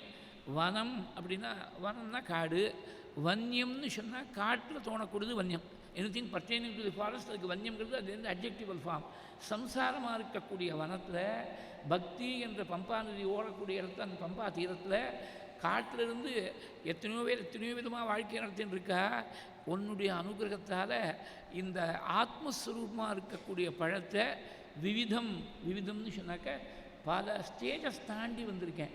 விவிதம்னா பலன்னு அர்த்தமோனோ, பல பழங்கள்னு அர்த்தம் பண்ணிக்க வேண்டாம். ஒரே பழமானது பழமாகிறதுக்கு முன்னாடி காயாக இருந்தது, காயாகிறதுக்கு முன்னாடி புஷ்பமாக இருந்தது, புஷ்பமாகிறதுக்கு முன்னாடி அரும்பாக இருந்தது, அரும்பாகிறதுக்கு முன்னாடி இலையாக இருந்தது, இலையாகிறதுக்கு முன்னாடி கிளையாக இருந்தது, கிளையாகிறதுக்கு முன்னாடி மரமாக இருந்தது, மரமாகிறதுக்கு முன்னாடி செடியாக இருந்தது, செடியாகிறதுக்கு முன்னாடி விதையாக இருந்தது. இத்தனை ஸ்டேஜஸையும் தாண்டி வந்திருக்கு. எல்லாம் இந்த பக்தியில் தழைச்சி வந்திருக்கக்கூடிய வளர்ச்சி தான் இது. மயேதம் விவிதம் வன்யம் பம்பாயாஸ்தீர சம்பவம். தீரம்னா கரை, கரை தான் எல்லை, நதிக்கு அதானே எல்லை. அதனால் பக்தியுடைய எல்லை, பக்தியுடைய எல்லை எப்போ வந்து அடைகிறோம் அப்படின்னாக்க பிரம்மஸ்வரூபத்தில் போய் கரைகிற போது தான் பக்தி ஹஸ் சர்வ்ட் இட்ஸ் பர்பஸ். அந்த பக்தியுடைய கரை அப்போ தான். மயேதம் விவிதம் வன்யம் பம்பாயாஸ்தீர சம்பவம் தவார்த்தே புருஷ வியாக்ர சஞ்சிதம் புருஷ வியாக்ர தவார்த்தே ரகுநந்தனக. என்ன அர்த்தம்? அர்த்தம்னாக்க பர்பஸ்ன்னு அர்த்தம். இந்த இடத்துல அர்த்தம்னா பர்பஸ்ன்னு அர்த்தம். என்ன பர்பஸ் அப்படின்னாக்க பகவான்கிட்ட போய் சேர்றது தான் பர்பஸே தவிர நான் சாப்பிட்றதுக்காக இல்லை. இந்த உலகத்தில் இருக்கக்கூடிய எல்லாத்தையும் உங்கள்கிட்ட அர்ப்பணம் பண்ணி நீ வேறு இல்லை நான் வேறு இல்லைன்னு இரண்டரை கலக்கக்கூடிய அந்த அனுபூதி எப்போ வரும்? குரு பிரசாதத்தால் தான் வரும். குரு அனுகிரகம் இல்லாமல் வராது. அந்த குருவுடைய அனுகிரகம் இப்போ தான் பதிச்சுட்டுன்னு தெரிகிறது. அத்தியமே சபதம் தப்தம் குரவஷ்ட சுபூஜிதாக. நீ வந்துட்டு அக்ஷயமான லோகத்துக்கு போகிறேன்னா எந்த லோகமாக இருந்தாலும் இந்த லோகத்துலேருந்து இன்னொரு லோகம், வைகுண்டமாக இருக்கட்டும், கைலாசமாக இருக்கட்டும், பிரம்மலோகமாக இருக்கட்டும், எந்த லோகமானா இருக்கட்டும், புண்ணியத்தால் போய் சேரக்கூடிய லோகங்களெல்லாம் புண்ணியம் தீர்ந்து போன உடனே அங்கேருந்து அனுப்பிச்சிடுவோம். அங்கே சாஸ்வதமாக யாரும் இருக்க முடியாது. அதனால் ஏதோ நம்ம பிதுகர்மாலாம் பண்ணக்கூடிய சமயத்தில் தவறி போன வாழ்க்கை கர்மா பண்ணுற போது அக்ஷய புண்ணியலோகாவாப்தியர்த்தம் அப்படின்னு சொல்கிறோம். அக்ஷயமான புண்ணியலோகத்தை அடையிறதுக்காக ஏதோ தானத்தை பண்ணுறோம். அது ஒரு கஸ்டமரி யூசேஜாக வந்திருக்கு, அவ்வளோதான். It is not to be construed literally. அக்ஷயம்னா குறையாமல் இருக்கக்கூடியது. எது குறையாமல் இருக்கும் அப்படின்னாக்க ஆத்மா ஒன்று தான் குறையாமல் இருக்கக்கூடிய வஸ்து. அது கூட்டவும் முடியாது, குறைக்கவும் முடியாது. ஆத்மஸ்வரூபம் வேறு இல்லை, பிரம்மம் வேறு இல்லை. அந்த பிரம்மம் தான் லீலா விபூதியால் ராமனா ஏற்றாப்பது வந்திருக்கு அப்படின்னு நான் தெரிஞ்சுனுட்டேன். அதுவும் குருவுடைய பிரசாதத்தால் தெரிஞ்சுனுட்டேன். அதனால் குருவுடைய சன்னதிக்கு நான் போய் சேரணும்னு நான் நினைக்கிறேன். அவள் தான் ஞானிகள், ஆத்ம ஞானிகள். அதனால் அவள் எந்த ஞான நிலையில் இருக்காளோ அந்த லோகத்துக்கு நான் போய் சேரணும்னா, லோகம் தான் என்ன பார்க்கறதுன்னு அர்த்தம். லுக்குங்கிற தாத்துவுக்கு பார்க்கறதுன்னு அர்த்தம். அவள் தேஷாம் இச்சாமி அகங்கந்தும், தேஷாம் இச்சாமி அகங்கந்தும் சமீபம் பாவிதாத்மனா. பாவிதாத்மனாங்கிறது நல்லா கவனிக்கணும். பாவிதா ஆத்மா ஏன சகா பாவிதாத்மா. ஆத்மாவை பாவத்தால் உணர்ந்து அனுபவத்தில் உணர்ந்திருக்கக்கூடியவர்கள் பாவிதாத்மா. அப்பேற்பட்ட பாவிதாத்மாக்களாக இருக்கக்கூடிய ரிஷிகளுடைய சமீபத்திற்கு நான் போய் சேரணும்னு நினைக்கிறேன். தேஷாமிச்சாமியகங்கந்தும் சமீபம் பாவிதாத்மனாம் முனீனாம் ஆசிரமோ எஸ் ஏஷாம் அகஞ்ச பரிச்சாரிணிகி. ஆத்மஸ்வரூபத்திலேயே நிஷ்டர்களாக இருக்கக்கூடிய மகான்கள் எந்த ஒரு அனுபூதி அடைஞ்சாலோ அந்த அனுபூதியை நீ சாட்சியாக இருக்கணும். ஏன்னா இந்த அனுபூதி ஒருத்தர் கொடுத்து ஒருத்தர் வாங்கிக்கக்கூடியது இல்லை. இதை தெரிஞ்சுக்கணும். அனுபூதிங்கிறது, ஆத்மானுபூதிங்கிறது கொடுத்து வாங்கக்கூடிய விஷயம் இல்லை. கொடுக்கறதுக்குன்னு ஒருத்தர் இல்லை, வாங்கிறதுக்குன்னு ஒருத்தர் இல்லை. இந்த அனுபூதிங்கிற நிலையில் வரும்போது there is no giver, there is no taker. Because there is no concept of two at all. எல்லாம் ஒரே வஸ்துவாக தான் இருக்குது. அதனால் அந்த அனுபூதி ஈஸ்வர கிருப்பையால், பகவானுடைய பிரசாதத்தால் தானாக ஸ்புரிக்கணும். அந்த அனுபூதியானது it must be known, it must be understood, it must be experienced in a revelatory flash of a moment, illuminating moment. அப்படி தான் ஒரே ஃப்ளாஷாக வர வேண்டியது தான் அது. அது ராமர் தரிசனம் பண்ண உடனே அத்திய பிராப்தா தபஸ்திகே தவ சந்தர்சனான்மையா. ஒன்று தரிசனம் பண்ண உடனே அந்த வந்துட்டு இத்தனை நாளாக நான் இந்த பக்திங்கிற நதியில் கரையில் இருக்கக்கூடிய இந்த சாதனைகள் தான் பண்ணுது, இன்றைக்கி பறித்து போய் ஆத்மஸ்வரூபத்தை நான் அனுபவிச்சுட்டேன். அனுபவித்தப்பறம் இனிமேல் அனுபவித்த உடனே என்ன தெரிஞ்சுப்படுத்து, தனியாக ஜீவன் தனியாக ஒருத்தன் இல்லை, பரமாத்மஸ்வரூபம் வேறு இல்லை, நான் வேறு இல்லைன்னு உங்கள்கிட்ட அப்படியே ஐக்கியமாடுறேன். அந்த அக்னியை மூட்டி அதில் பிரவேசம் பண்ணுறாள் அப்படின்னு சொல்கிற போது ஞான அக்னியில் போய் சரீரம் என்ற ஒரு பெரிய ஒரு பந்தத்தை விட்டுட்டு சுத்தஸ்வரூபமாக, சுத்த சைத்தன்ய ஸ்வரூபமாக, பிரம்மஸ்வரூபமாக பிரகாசித்தாள் அப்படின்னு அர்த்தம். சபரி மோட்சம் தான், இதுதான் வாஸ்தவமான தத்துவமே. இதுவரை இது விபரீதமாக கிரகிச்சுட்டு நம்ம சபரியே கடித்து கொடுத்தா பழத்தை நாமும் கடித்து பகவானுக்கு கொடுக்கலாம் அப்படின்னு விபரீத கிரகணம் பண்ணக்கூடாது. பகவானுக்கு கொடுக்குற போதும் கடிச்சு கொடுக்கக்கூடாது, நாம் சாப்பிட்றதும் கடிச்சு சாப்பிடக்கூடாது. அதனால தான் இது நம்ம கல்ச்சரில் மாத்திரம்தான். நீங்கள் பாருங்கோ, வெளியே நம்ம கல்ச்சரே இப்போ ரொம்ப க்ஷீணிச்சு போயிடுது. வாழைப்பழத்தை எத்தனை பேர் விண்டு சாப்பிட்றா, அது பார்த்தாலே ரொம்ப அபூர்வமாக இருக்குது. வாழைப்பழம்னா உடனே கடித்து சாப்பிட்றதுக்கு மிருகங்கள் இருக்கே, நமக்கு மனுஷ ஜென்மா கொடுத்துருக்கானே, அது கையால் விண்டு சாப்பிடலாமே. வாழைப்பழம்னும் அவ்வளோ ஹார்டாக இல்லை. நீ தேங்காய் இல்லை, கையால் வெறுங்கையால் உடைக்க முடியாதுங்கிறதுக்கு. தேங்காயனா உடைக்கணும், அதுக்கு ஒரு வெட்டி கத்தி தேவை, கையால் உடைக்க முடியாது. வாழைப்பழத்துக்கு என்ன வந்துட்டு இந்த விண்டு ஒரு 2-3 பீஸாக வாயில் போட்டுக்கப்படாதா? எத்தனை பேர் இதெல்லாம் ரொம்ப வருத்தப்பட்டு சொல்ல வேண்டிய விஷயம். அதனால் நம்ம கலாச்சாரத்தில் மாத்திரம்தான் இப்படி ஒரு பழத்தை நாம் சாப்பிட்ற போதும் அதை சாப்பிட்டு எச்சல் பண்ணி வேற ஒருத்தருக்கு விண்டு போட்டுட்டா ஒரு பழத்தை வாயில் போட்டு இன்னொரு பீஸ் யாரோ ஒரு குழந்தை வந்து கொடுக்கலாம். எச்சல் பண்ணிவிட்டா கொடுக்க முடியாது. அதனால் இது எச்சல் பண்ணி கொடுத்தானா என்ன அர்த்தம்னா, எச்சல்னால் தான் அனுபவித்தாதானே எச்சல். அது தன்னுடைய நாக்கில் பட்டா எச்சல். ரொம்ப சிம்பிளாக பார்க்க போனால் பல்லு நாக்கு பட்டு கொடுத்தனா எச்சல். வெளியில் இருக்க மட்டும் எச்சல் இல்லை, பல்லு நாக்கு பட்டு கொடுத்தனா எச்சல். நாக்கு தான் ரசனான்னு பேர். அதுக்கு ரசிக்கக்கூடியது, ருச்சியை சொல்லக்கூடியது, காட்டி கொடுக்கக்கூடியது, அதுக்கு ரசனா அப்படின்னு பேர். சம்ஸ்கிருதத்தில் நாக்குக்கு ரசனான்னு ஒரு பேர், ஜிஹ்வான்னு ஒரு பேர். அது ரசனான்னு சொன்னாலும் ஜிஹ்வான்னு சொன்னாலும் ஒரே அர்த்தம் தான், நாக்குன்னு அர்த்தம். அதனால் நாக்கில் பட்டா எச்சல்.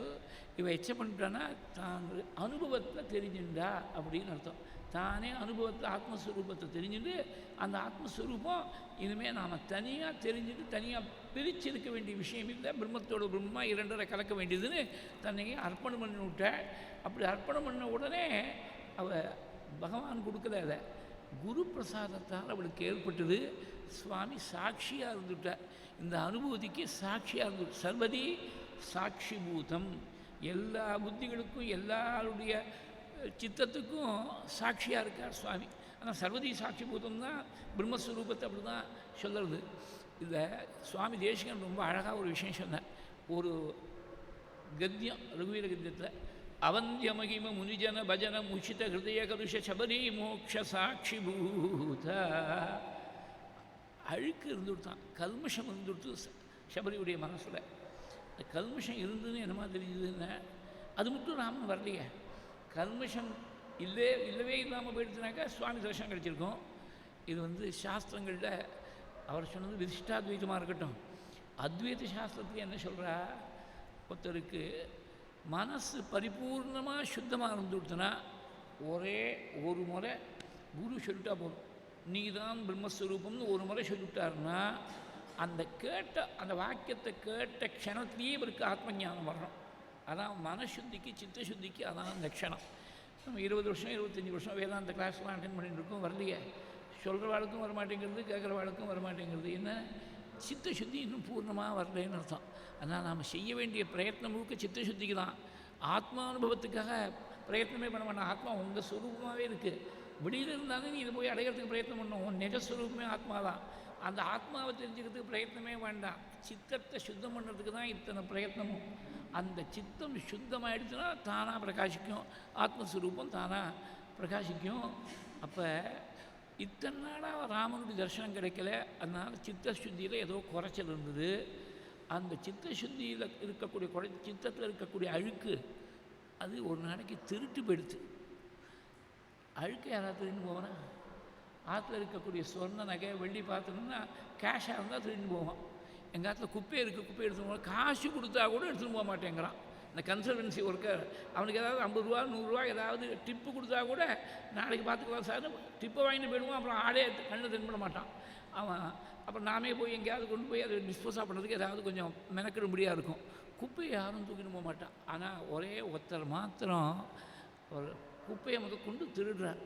திருட்டு போயிடுச்சுனாக்க நமக்கு தெரியாமல் போனால் தான் திருட்டு. நம்ம தெரிஞ்சு உண்டியலில் ஒரு 50 ரூபா போட்டாக்க அது திருட்டு இல்லை. நம்ம தெரியாமல் பிக் பாக்கெட் ஆகிடுது, நமக்கு தெரியவே தெரியல. பாக்கெட்டில் இருந்து திடீர்னு பார்த்தா பாக்கெட்டில் இல்லை. அதானே திருட்டுன்னு சொல்கிறோம். தெரியாமல் கையை விட்டு நழுவி போனால் தான் திருட்டு. இந்த சபரிக்கே தெரியாது. அவள்கிட்ட இருக்கக்கூடிய மனசில் இருந்த அழுக்கு எங்கே போச்சுன்னு யாருக்கும் தெரியல. யார் திருடன் யாருன்னா குரு இல்லை, குரு திருடன் இல்லை. அந்த குருவுக்கு இவ பண்ண சேவை இருக்க, அந்த குரு சுஷ்ரூஷையே திருடனா போய் இவன் மனசில் இருக்கக்கூடிய அழுக்க திருட்டு போயிடுச்சுன்னு என்னமா தெரிகிறதுனா, திருட்டு போன உடனே அழுக்கு திருட்டு போன உடனே சித்தம் சுத்தமாகிடுது. சித்தம் சுத்தம் ஆகிடுதுங்கிறது என்ன பிரமாணம்னா ராமர் எத்தாலும் தரிசனம் பண்ணிவிட்டேன். அவந்திய மகிமை குறையே சொல்ல முடியாத வசந்த மகிமையோடு இருக்கக்கூடிய முனிவர். அவந்திய மகிமை முனிஜன பஜன முஷித ஹிருதய கலுஷ சபரி மோக்ஷ சாட்சி பூத. குறையே சொல்ல முடியாமல் வசந்த மகிமையோடு இருக்கக்கூடிய முனிவருக்கு செஞ்ச கைங்கரியமானது அது மனசில் இருக்கக்கூடிய அழுக்கு திருட்டு போன உடனே ராமர் எதிர்த்தாப்பில் வந்துவிட்டார். அவளுக்கு மோட்சஸ்வரூபம் சித்திச்சுடுத்து. சுவாமி சாட்சியாக இருந்தார். குருவுடைய அனுகிரகம் தான் அவளுக்கு மோட்சத்தை கொடுத்தது. சுவாமி சாட்சியாக இருந்தார்னு இதை ஒரு கத்தியத்தில் சொல்லியிருக்கார் சுவாமி தேசிகன். சபரியுடைய ஆசிரமத்திலேருந்து அங்கேருந்து சுவாமி கிளம்பி வரார், பம்பா நதிக்கு வரார். அவருக்கு இன்னும் அந்த சீதையை விட்டு சபரிகிட்ட இருக்கிற மட்டும் தோணலை. சபரியை விட்டுட்டு வந்த உடனே சீதையை விட்டு பிரிஞ்சிருக்கோமே அப்படின்னு பிரஷ்டராஜ்யே நமயா தாசாம் ஆசக்தசேதசா கதம் வினா மயா சக்கியம் சீதாம் லக்ஷ்மண ஜீவித்தும். கடைசி ஸ்லோகத்துலேருந்து 3வது ஸ்லோகம், கடைசி சர்க்கம், கடைசி ஸ்லோகத்துலேருந்து 3வது ஸ்லோகம். நான் ராஜ்யத்தை இழந்திருக்கேன், சீதையை விட்டு மனசை விளக்க முடியல, நான் என்னமா சீதையை விட்டு என்னமா வாழ்வேன்னு தெரியலையே அப்படின்னு இதீவ ரொம்ப மதனா விபீடிதா इतीव तं मदनाभिपीडितः सलक्ष्मणुः तद्गतमानसं तद्गतचेतसं வாக்கியம் லக்ஷ்மணனை பார்த்து பேசினாலாம். நான் என்ன பண்ணுவேன், சீதையை விட்டு பிரிஞ்சு என்னால் வாழ முடியலன்னு சொல்லிவிட்டு விவேஷ பம்பாம் நளினீம் மனோரமாம் ரகுத்தமஹா சோக விஷாதயந்திரிதா, அந்த நல்ல தாமரைகள்லாம் இருக்கக்கூடிய தடாகத்தில் பம்பையில் இருக்கக்கூடிய அந்த தீர்த்தத்தில் மனசை கவரக்கூடிய தீர்த்தத்தில் சுவாமி இறங்கினார் ஸ்நானத்துக்கு. இருக்கு அடுத்த ஸ்லோகம் ததர்ஷ பம்பாம் சுபதர்ஷகானாம் அநேக நானாவித பட்சினாதிதாகாம், பலவிதமான பட்சிகளுடைய சப்தங்கள்லாம் கேட்குறது, சுபமாக இருக்கக்கூடிய தரிசனம். அந்த பம்பையில் போய் எங்கள் பெரியவா சொல்லுவா, பம்பையில் போய் ஸ்நானம் பண்ண உடனே இவருக்கு சோகங்கள்லாம் விலகி போய் மனசு ரொம்ப ஆனந்தமாக போயிடுத்து. அந்த பம்பா ஸ்நானத்துடைய பெருமை, அப்படி புண்ணிய தீர்த்தத்தில் போய் ஸ்நானம் பண்ண உடனே மனசுக்கு ஒரு பெரிய சாந்தி ஏற்பட்டுடுதுன்னு சொல்லுவாள். பம்பையில் போய் ஸ்நானம் பண்ணாள். அப்படி தான் ஆரண்ய காண்டம் அதோட பூர்த்தியாகிறது. இந்த கான்டெக்ஸ்டில் தான் பம்பா தீரத்தில் இருக்கக்கூடிய சமயத்தில் தான் ஒரு ஹம்ச சந்தேஷத்தை இந்த கான்டெக்ஸ்டில் தான் வச்சார் சுவாமி தேசிகன். எப்படி மேகத்தை தூதனிச்சாரோ மேகதூதத்தை காளிதாசன், சீதையும் ராமனும் அங்கே வந்து ஒரு யக்ஷன் தன்னுடைய பத்னிக்கு சந்தேஷம் யக்ஷச்சக்கரே அப்படின்னு மேகதூதம் ஆரம்பம். இங்கே சீதையை விட்டு பிரிஞ்சு இருக்கக்கூடிய ராமன் அந்த ஹம்சத்தை பார்த்த உடனே சீதையுடைய ஸ்மரணம் ஏற்பட்டு ஒரு முகூர்த்த காலம் மெய்மறந்து இருந்துட்டார். ரொம்ப அழகான ஸ்லோகம். தஸ்மின் சீதா கதிமனுகதே தத்துகூலங்கமூர்த்தௌ தன்மஞ்சீர பிரதிமனி நதே न्यस्त निष्पन्द दृष्टि वीरश्चेतो विदयमगमत् तन्मयात्मा मुहूर्तं शङ्के तीव्रं भवति समये शासनं मीनकेतोः. ஒரு ஹம்சம் அங்கே சஞ்சாரம் பண்ணுறது பம்பா தீரத்தில். இந்த ஹம்சத்தை பார்த்த உடனே சீதை இப்படி தானே நடப்பன்னு தோணுதையாம்.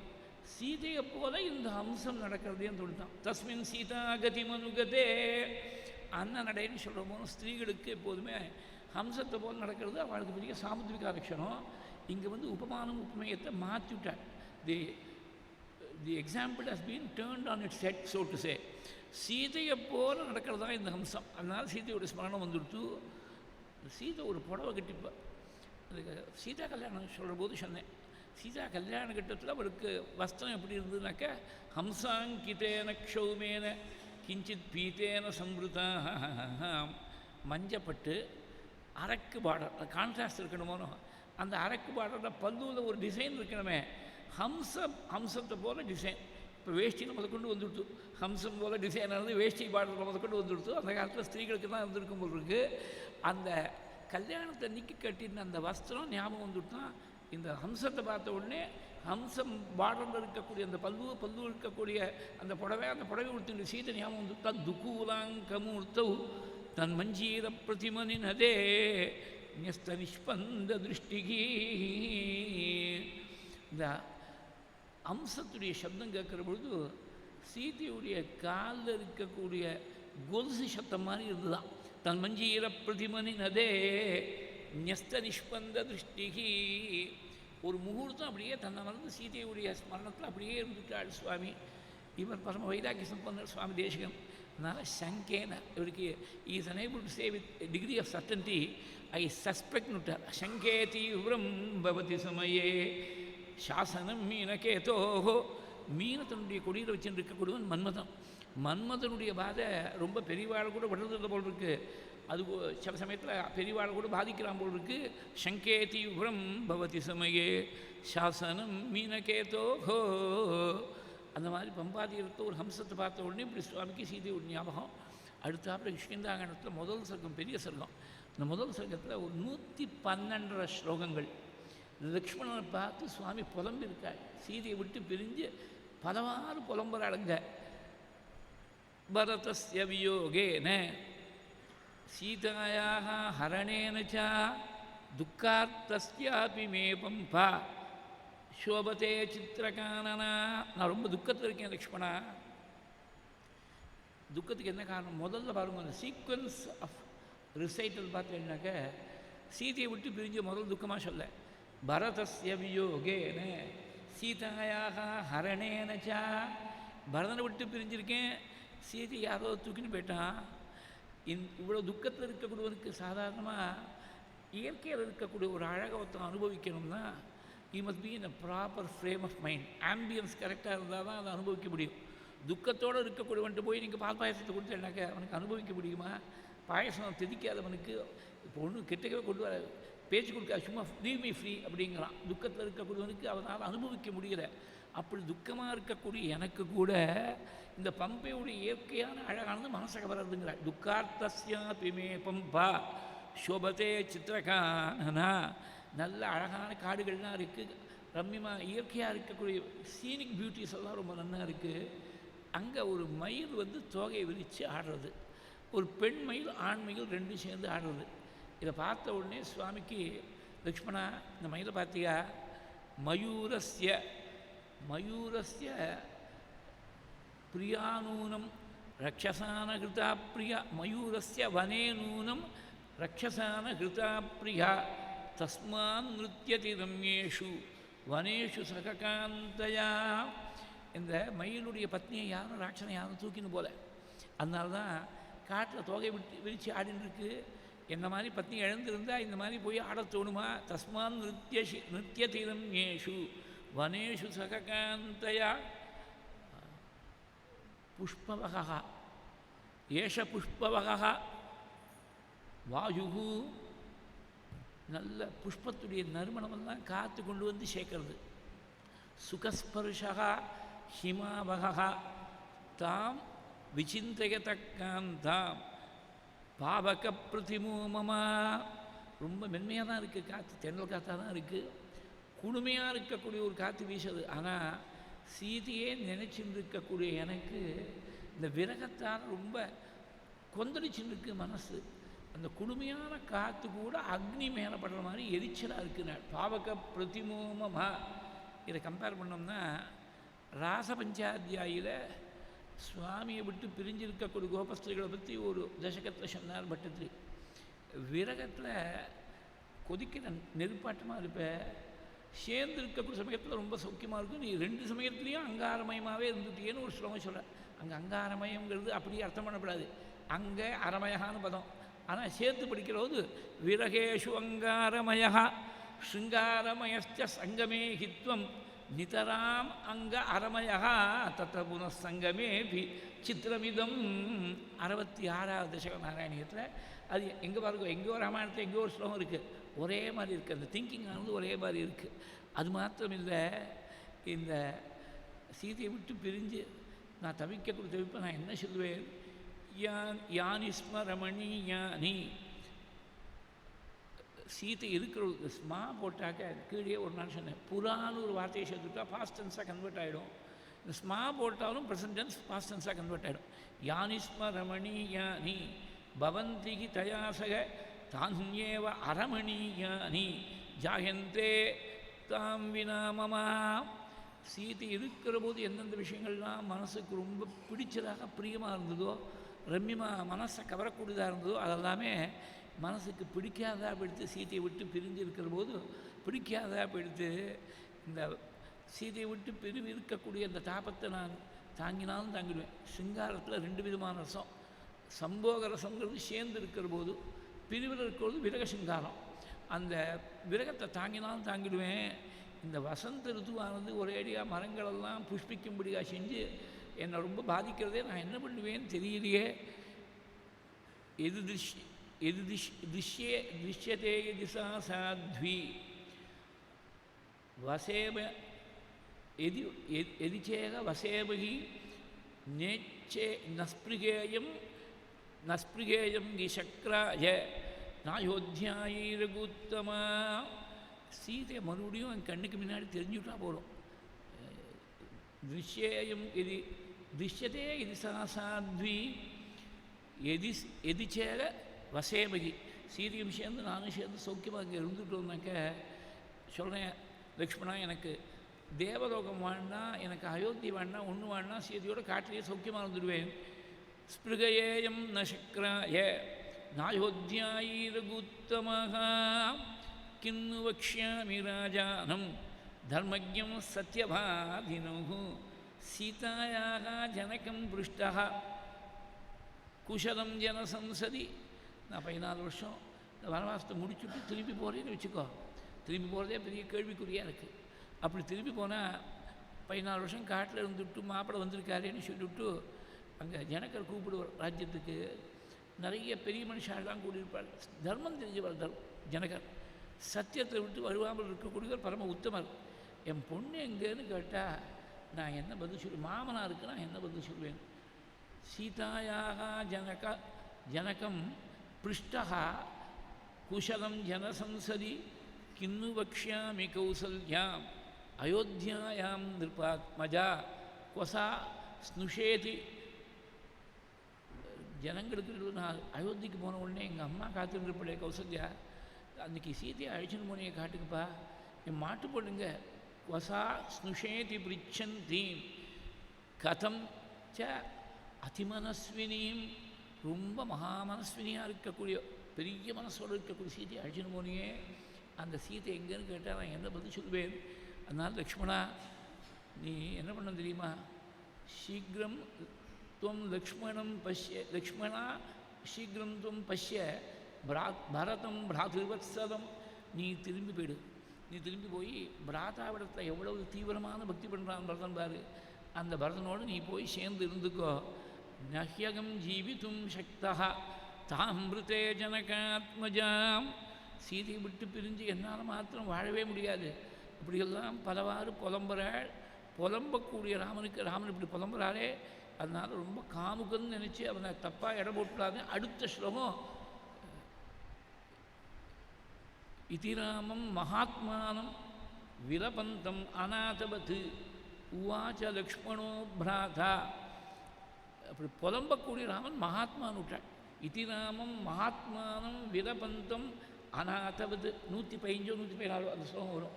இதிராமம் மகாத்மானம் விலபந்தம் அநாதவத்.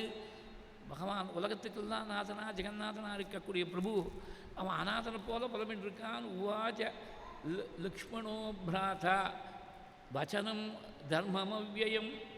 தார்மீகமாக சுவாமிக்கு ஹிதமாக பதில் சொன்னான். சம்ஸ்தம்பராமசோகம் தே மாஹாசுச்சா புருஷர்ஷபா நேத்ரிஷானாம் மதிர்மந்தா பவதி அகலுஷாத்மனாம். லக்ஷ்மணன் என்ன தைரியம் சொல்கிறார் பாருங்கோ. துக்கத்தை கொஞ்சம் அடக்கி வச்சுங்கோன்னு அண்ணாவை பார்த்து. நீங்கள் வருத்தப்படாதுங்க. மா சுச்சகா புருஷர்ஷபா, நீங்கள் வருத்தப்படாதுங்கன்னு. இது ஒரு கான்ட்ராஸ்ட், ரிவர்சல் ஆஃப் ரோல்ஸ். பக்தனை பார்த்து நீ வருத்தப்படாதே கவலைப்படாதேன்னு கீதையில் சரம ஸ்லோகத்தில் சொல்கிற போது அகம் துவா சர்வபாபேபியா மோக்ஷயிஷ்யாமி மா சுச்சகா அப்படின்னு சரம ஸ்லோகம் பகவான் அர்ஜுனனுக்கு சொன்னார் கீதையில்.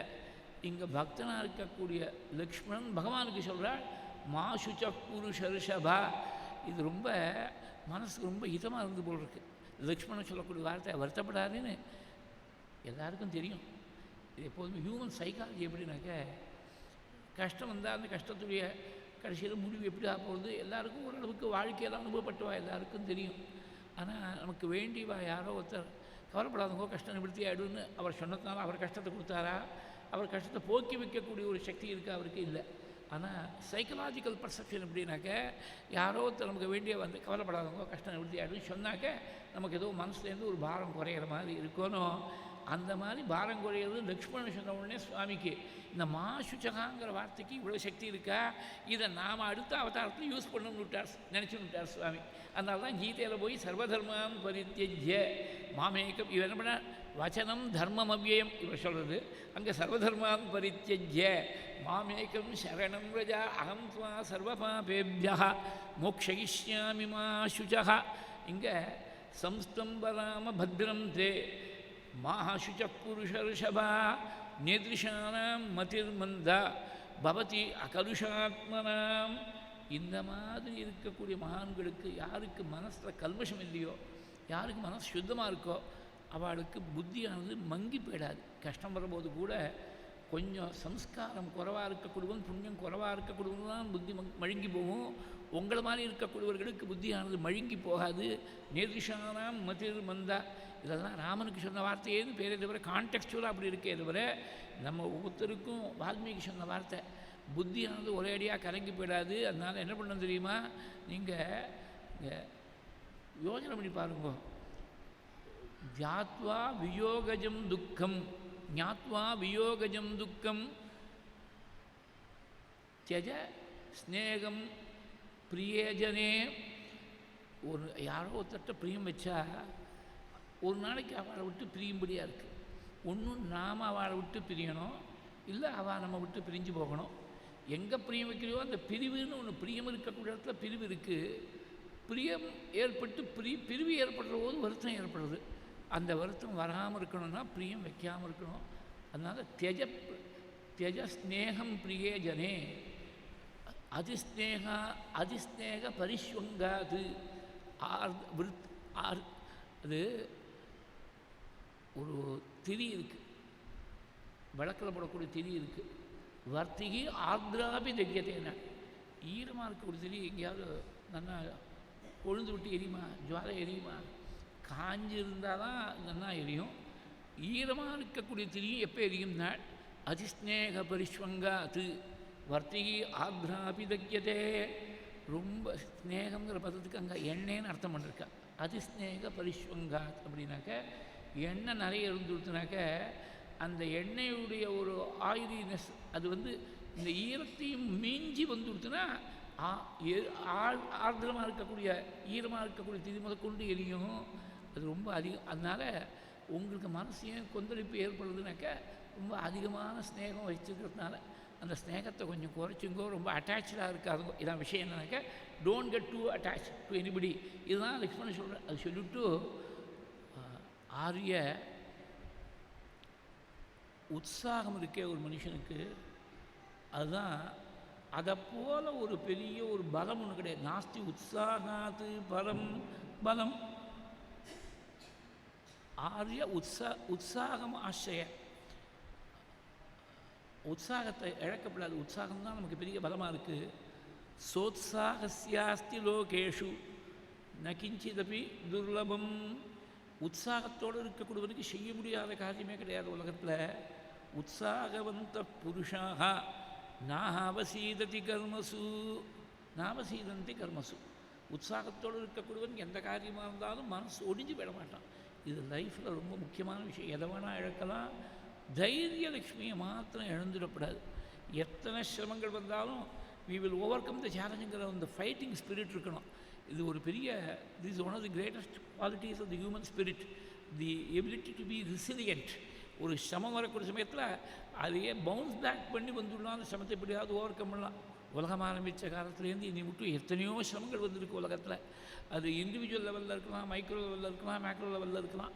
எல்லாத்தையும் தாண்டி தானே humanity has manage to survive all these catastrophes, all these various chaotic conditions எல்லாத்தையும் தாண்டி தானே வந்திருக்கு.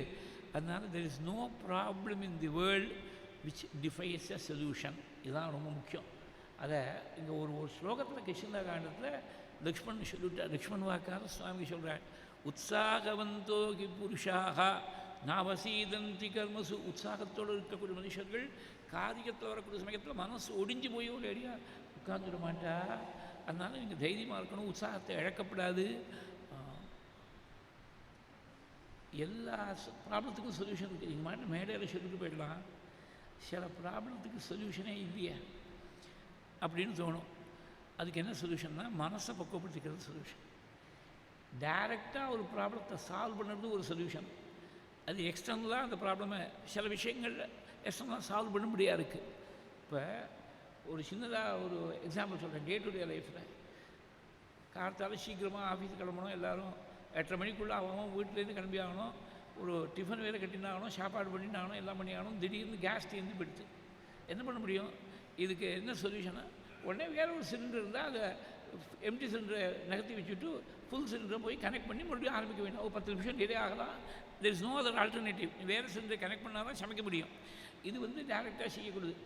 யாரோ ஒருத்தர் நம்மளை திட்டான்னு வச்சுக்கோங்க, ஒரே கண்ணபடி பேசிவிட்டா, அப்போ அதுக்கு என்ன சொல்யூஷன்? சிலிண்டர்னால் மாற்றிடலாம். மனுஷால மாற்ற முடியுமா? அது நமக்கு ரொம்ப வேண்டியவா, க்ளோஸாக இருக்கிறவா, என்ன பண்ண முடியும்? ஒன்றும் பண்ண முடியாது. அவன் திட்டினதுனால நாம் குறைஞ்சி போயிடல அப்படின்னு if you have got confidence in your own self estimation அது இருந்து கொடுத்தனாக்க அவன் திட்டினா திட்டு போகிறான். பகவான் நம்ம பாபத்தை அவன் மூலமாக பாபத்தை கரைக்கிறதுக்கு ஒரு வழி பண்ணியிருக்காருன்னு நாம் நினச்சின்னு விட்டோம்னா அந்த மனசை வந்து ரொம்ப அஜிடேட் ஆகாது. அவன் மாட்டு திட்டிட்டு போட்டோம், நம்ம மாட்டம் நம்ம வேலையை பார்த்துன்னு போவோமே.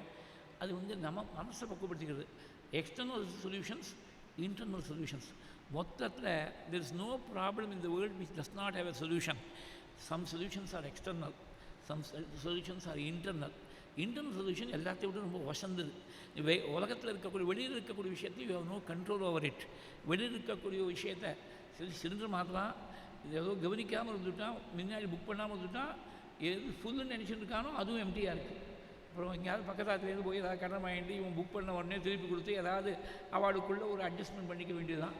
இல்லை இன்றைக்கி சமைக்கவே வேண்டாம், எங்கேயா பேசாமல் இருக்கணும், உபவாசம் இருக்கணும்னு இருக்க வேண்டியதுதான். ரொம்ப சிரமம். அதனால் எக்ஸ்டர்னல் சொல்யூஷன்ஸ் எப்போதுமே it depends on somebody else. Internal solution one மனசை பக்குவப்படுத்திக்கிறதுக்கு நீ வேறு யாரையும் டிபெண்ட் பண்ண வேண்டிய அவசியம் இல்லை. It is not depend on any external factor, any external individual. உன் மனசு தான் காரணம். இதுதான் பிக்ஷு கீதத்தில் இதுதான் எடுத்துக்காட்டினாள் பாகவதத்தில். அதனால் மனசை ஒருத்தம் பக்குவப்படுத்திட்டான்னா பரோகி யோகா மனச சமாதி. இங்கே மனசு தானே காரணம். சீதையை விட்டு பிரிஞ்சிருக்கோம், மனசு தானே ஒரு அடியாக அல்லோலப்பட்டுருக்கு. இப்படி தர்மத்தை எடுத்து சொல்லி பெரிய ஒரு பாருங்க, அந்த எக்ஸ்டர்னல் இன்டர்னல் சொன்னேனோ தர்மம் வந்து இன்டர்னல் சொல்யூஷன். ஒருத்தர் க்ஷத்ரியனாக இருக்கக்கூடியவனுக்கு தோல் வலிமைங்கிறது எக்ஸ்டர்னல் சொல்யூஷன். யாரோ விரோதி வந்தால் அவனை ஜெயிக்கிறதுக்கு தோல் வலிமை வேணும், கையில் வில்லு வேணும், அம்பு வேணும், ஆயுதங்கள் தான் வேணும். அந்த வில்லும் கையில் இருக்க லக்ஷ்மணனுக்கு முதல்ல இன்டர்னல் சொல்யூஷனாக இருக்கக்கூடிய தர்மம். தர்மத்தாலையும் பலத்தாலையும் ராமனை ரட்சிச்சுட்டே கூட போனார் லக்ஷ்மணன். சர்க்கம் முடிகிற போது ரொம்ப அழகாக சலக்ஷ்மணா ராகவம் அப்ரமத்தா ரரக்ஷ தர்மேன பலேன செய்வா சமத்தமாதங்க விநாசகாமி. ரகுத்தமாக எப்படி இருக்காருன்னா அவர் சமத்தமாதங்க விநாசகாமி. மதம் பிடிச்ச யானையை போல சஞ்சாரம் பண்ணிட்டு இருக்கக்கூடிய லக்ஷ்மணன் சமத்தமாதங்க விநாசகாமி.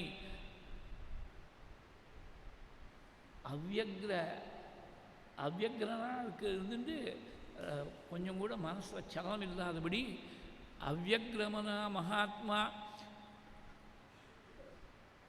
ரரக்ஷ தர்மேன பலேன செய்வா. சலக்ஷ்மணா ராகவம் இஷ்டச்சேஷ்டா அப்படின்னு பதம் இருக்குது, புஸ்தகத்தில் இருக்குது.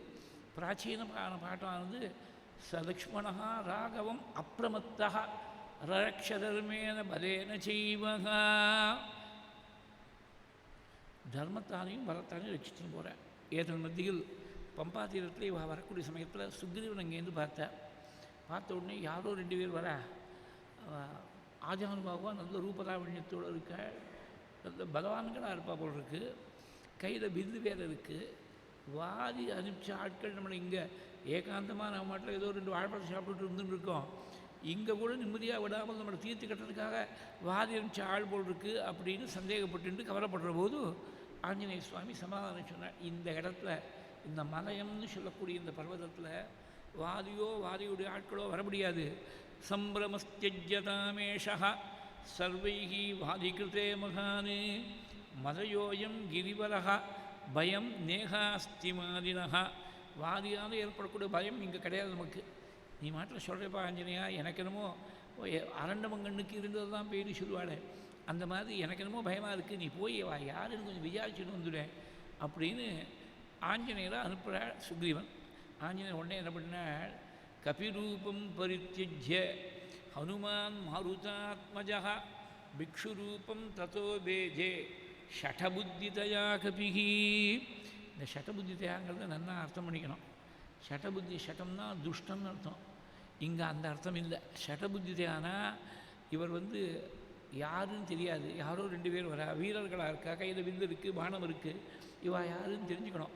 அதனால் when you are not sure of who is coming, you have to be suspicious of anybody who comes, especially in a context where Sugriva is hiding from Vali. அதனால் சஸ்பிஷியஸாக தான் இருந்தாகணும்.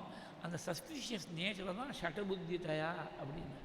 சந்தேகப்படக்கூடிய மனசோட இவர் அப்படியே ஒரு வாகனம் எடுத்தாப்பில் போய் நின்னாக்க யாரும் மதிக்க மாட்டாங்கிறதுனால பிக்ஷு ரூபத்தை தரிச்சுட்டாராம். ஒரு வைராகியுடைய ரூபத்தை தரிச்சுட்டு அங்கேருந்து சேர்ந்தாள். சுவாமியும் லக்ஷ்மணியும் பார்த்து பலவாறு பேசுகிறாள். நீங்கள் யாருன்னு நான் தெரிஞ்சுக்கலாமா? உங்களை பார்த்தா சாமுத்திரிக லட்சணங்கள்லாம் பரிபூர்ணமாக இருக்குது. காது பரிந்து நீண்டு இருக்கக்கூடிய கண்களோடு இருக்கேள்.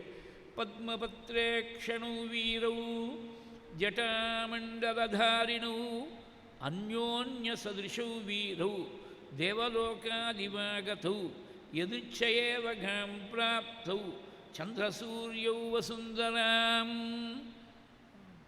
விஷாலவக்ஷசௌ வீரௌ மானுஷௌ தேவரூபிணௌ. உங்களை பார்த்தா யாரோ மனுஷ ரூபத்தில் வந்திருக்கக்கூடிய தேவராட்டமாக தெரியுது. தேவலோகத்திலேருந்து தற்செயலாக பூலோகத்தில் இறங்கி வந்த மாதிரி தெரியுறது. சூரியனும் சந்திரனும் பூமியில் தவறி போய் வந்துட்டாளோ, எதிர்ச்சியாக வந்துட்டாளோ அப்படின்னு நினைக்க முடியாது இருக்குது. ஜடையை தரிச்சுருக்கு. அதே சமயத்தில் உங்களை வக்ஷஸ்தலத்தை பார்த்தா பெரிய வீரர்களை போல இருக்குது. விஷாதபக்ஷசௌ வீரௌ. இது 3 முறை 2 ஸ்லோகத்துக்குள்ளே வீரவுங்கிறது 3 முறை வந்துடுத்து. பத்மபத்ரேக்ஷணு வீரௌ ஜட்டாமண்டலதாரிணு அந்யோன்ய சதிருஷௌ வீரௌ தேவலோகாதிவாகதௌ யதுச்சகேவ காம் பிராப்தௌ சந்திரசூரியௌ வசுந்தராம் விஷாலவக்ஷசௌ வீரௌ மானுஷௌ தேவரூபிணோ. 2 ஸ்லோகத்தில் 3 முறை வீரோ வீரோ வீரோன்னு சொல்லிவிட்டேன். உங்களை ஒருத்தரை பார்த்தா ஒருத்தரை பார்க்க வேண்டிய அவசியம் இல்லை. அண்ணாதம்பிகள் ஆட்டமாக இருக்குது பார்க்குறத. உங்களை பார்த்தா இந்த உலகத்தை முழுக்க ரட்சிக்கிறது உங்களுக்கு தான் சக்தி இருக்குன்னு தோணுது. உபௌ யோக்யௌ அகம் மன்யே ரட்சித்தும் பிருத்திவீமிமாம். நீங்கள் யாருன்னு நான் தெரிஞ்சுக்கலாமா? ரொம்ப அழகாக வினயமாக பேசியிருக்கார். சுவாமியோ லக்ஷ்மணனோ வாயத்திலிருந்து ஒன்றும் பதில் சொல்லலை. உடனே நான் மாட்ட பேசின்னு இருக்கேன், நீங்கள் ஒன்றும் பதில் சொல்லாமல் இருக்கேடே. நான் யாருன்னு என்னையும் அறிமுகப்படுத்திக்காமல் நீங்கள் யாருன்னு கேட்டால் அது மரியாதை குறைச்சவங்கிறதுனால பேசாமல் இருக்கிறது போட்டிருக்கு. ஏவம் மாம் பரிபாஷந்தம் கஸ்மாத்வைனாபிபாஷதः சுக்ரீவோ நாம தர்மாத்மா கஷ்சித் வானரயூதபः வீஹிரோ வினிகிருதோ भ्रात्रा ஜகத்பிரமதி துக்கிதः பிராப்தோகம் பிரேஷிதஸ்தேன சுக்ரீவேண மகாத்மனः ராஜ்யா வானரமுக்ஷ்யானாம் ஹனுமான் நாம வானரः யுவாभ्यां சகதர்மாத்மா சுக்ரீவः சக்கியமிச்சதி தஸ்ய மாம் சச்சிவம் வித்தம் வாஹனரம் பவனாத்மஜுः ऋष्यमूकादिकप्राप्तं सुग्रीवप्रियकाम्यया भिक्षुरूपप्रतिच्छन्नं काहामगं काहामरूपिणुः. சுக்ரீவன் தர்மாத்மா. ராமனையும் லக்ஷ்மணையும் பார்த்த உடனே முகத்தில் இருக்கக்கூடிய பாவத்தாலே, இன்றைக்கி பாடி லாங்குவேஜ்னு சொல்கிறோமோனோ, முகத்தில் இருக்கக்கூடிய பாவத்தாலேயே தர்மம்தான் ராமனுக்கு ரொம்ப முக்கியம் தெரிஞ்சுன்னு விட்டார். அதனால் 3 ஸ்லோகத்துக்குள்ளே 2 முறை சுக்ரீவன் தர்மாத்மாங்கிற 3 ஸ்லோகத்துக்குள்ளே சுக்ரீவோ நாம தர்மாத்மா. ஒரு ஸ்லோகம் தாண்டி அடுத்த ஸ்லோகம் யுவாभ्यां சகதர்மாத்மா சுக்ரீவ சக்கியமிச்சதி. தர்மாத்மாவாக இருக்கக்கூடிய சுக்ரீவன் மகாவீரன், அண்ணாவாக இருக்கக்கூடிய வாதியால் ராஜ்யத்தை விட்டு விரட்டப்பட்டவன், உங்களோட சக்கியம் பண்ணிக்கணும்னு ஆசைப்படுறார். அவர் சொல்லி நான் வந்திருக்கேன். அவருடைய மந்திரி நான். ஹனுமான்னா மவானரகா. நான் பிறப்பான வானரம்தான். ஆனால் பிக்ஷுரூப பிரதிச்சன்னம் சுக்ரீவ பிரியகாமியா ரிஷமூகாதிக பிராப்தம் காஹமகம் காமரூபிணுகு. ரிஷமுகத்துலேருந்து வந்திருக்கேன். நான் பிக்ஷுடைய வேஷம் போட்டுன்னு வந்திருக்கேன். என்னம்மா இப்படி வர முடியுதுன்னு கேட்குறேடா. காமகம் எந்த இடத்துக்கு வேணால் நினச்ச இடத்துக்கு அடுத்த க்ஷணத்தை போயிடலாம். ஆயிரக்கணக்கான மைல் தூரமாக இருந்தாலும் நினச்ச மாத்திரத்தில் அடுத்த க்ஷணம் அங்கே போய் சேர்ந்துடலாம். காமகம் அப்படி ஒரு எனக்கு சக்தி ஒன்று இருக்குது. வரப்பிரசாதம் இருக்குது. காமரூபினம் நினைச்ச ரூபத்தையும் தெரிவிக்கக்கூடிய சக்தி இருக்குது. அதனால தான் ரிஷமுக பர்வதத்திலேருந்து பம்பாதீரத்துக்கு ஒரு க்ஷணத்தில் வந்துவிட்டேன். அதோடு கூட ரூபத்தையும் மாற்றிட்டு பிக்ஷு ரூபத்தில் வந்துவிட்டேன். நான் யாருன்னு நான் சொல்லிவிட்டேன். நீங்கள் யாருன்னு நான் தெரிஞ்சுக்கணும்னு ஆசைப்படுறேன். உங்களோட சக்கியம் பண்ணிக்கணும்னு நினைக்கிறார். வானராஜாவாக இருக்கக்கூடிய ராஜ்யா வானர முக்கியானாம்னு இருக்குது. இவருக்கு மொத்தம் 4 பேர் தான். சுக்ரீவனோட கூட இருந்தவா 4 சதுர்பிகி சகவானரைகின்னு இருக்குது. 4 பேருக்கு 4 பிரஜைகளுக்கு ஒரு ராஜாவா. ஒரு குடும்பத்தை கூட கொஞ்சம் அதிகமாக இருக்கலாம். சில சமயத்தில் 5-6 பேர் இருந்துவிடலாம். 4 பேர். ஆனால் இந்த வாக்கு எப்படி இருக்குனாக்க குறைச்சி சொல்லப்படாது. அவர் ராஜா தான். ராமரத்தை எப்போ வந்து சேர்றாரோ ஆஞ்சநேயர் அப்போவே சுக்ரீவன் ராஜாவாக போயிட்டாருன்னு தீர்மானம் ஆயிடுச்சு. அதனால ராஜ்யாவான் அரமுக்கியானாம் ஹனு தஸ்யமாம் சச்சிவம் வித்தம் வானரம் பவனாத்மஜம். வாயுபுத்திரனாக இருக்கக்கூடிய ஆஞ்சநேயன் நான் பேர். அப்படி நீங்கள் யாருன்னு நான் தெரிஞ்சுக்கணும்னு ரொம்ப பவ்யமாக வினயத்தோடு பேசின உடனே சுவாமி ரொம்ப சந்தோஷப்பட்டு யாரை நாம் தேடின்னு போகிறோமோ அந்த சுக்ரீவனுடைய மந்திரியே வந்திருக்கார்.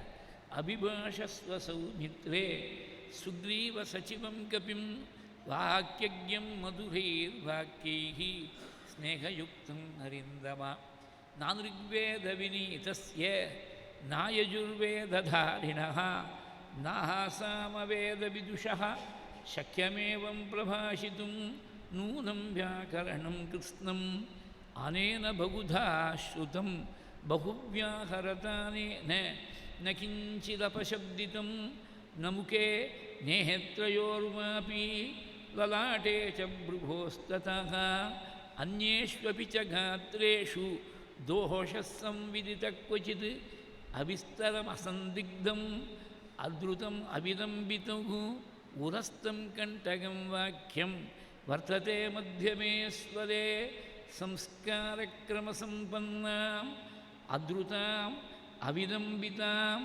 उच्चारगतिकल्याणीं वाचं हृदयहारिणीं अनया चित्रया वाचा त्रिस्थानव्यञ्जनस्तया कस्य नाराध्यते चित्तम् उद्यतासेहे हरेरपि एवं विदो यस्य दूतः न भवेत् पार्थिवस्य तु सिद्ध्यन्ति कि कथं तस्य सर्वे कार्याः सर्वेऽर्थाः सिद्ध्यन्ति कि कथं तस्य एवं विदो यस्य दूतः न भवेत् पार्थिवस्य तु सिद्ध्यन्ति कि कथं तस्य दूतवाक्यप्रचोदिताः एवं गुणगणैर्युक्ताः यस्य स्युः कार्यसाधकाः तस्य सिद्ध्यन्ति सर्वार्थाः दूतवाक्यप्रचोदिताः. பல ஸ்லோகங்கள் சுவாமி மக்கால் வருஷிச்சுட்டார். பக்கத்தில் லக்ஷ்மணனை பார்த்து இவ்வளோ லக்ஷ்மணனை பார்த்து சொல்கிறார், அபிபாஷஸ்வ சௌமித்ரே சுக்ரீவ சச்சிவம் கபிம்.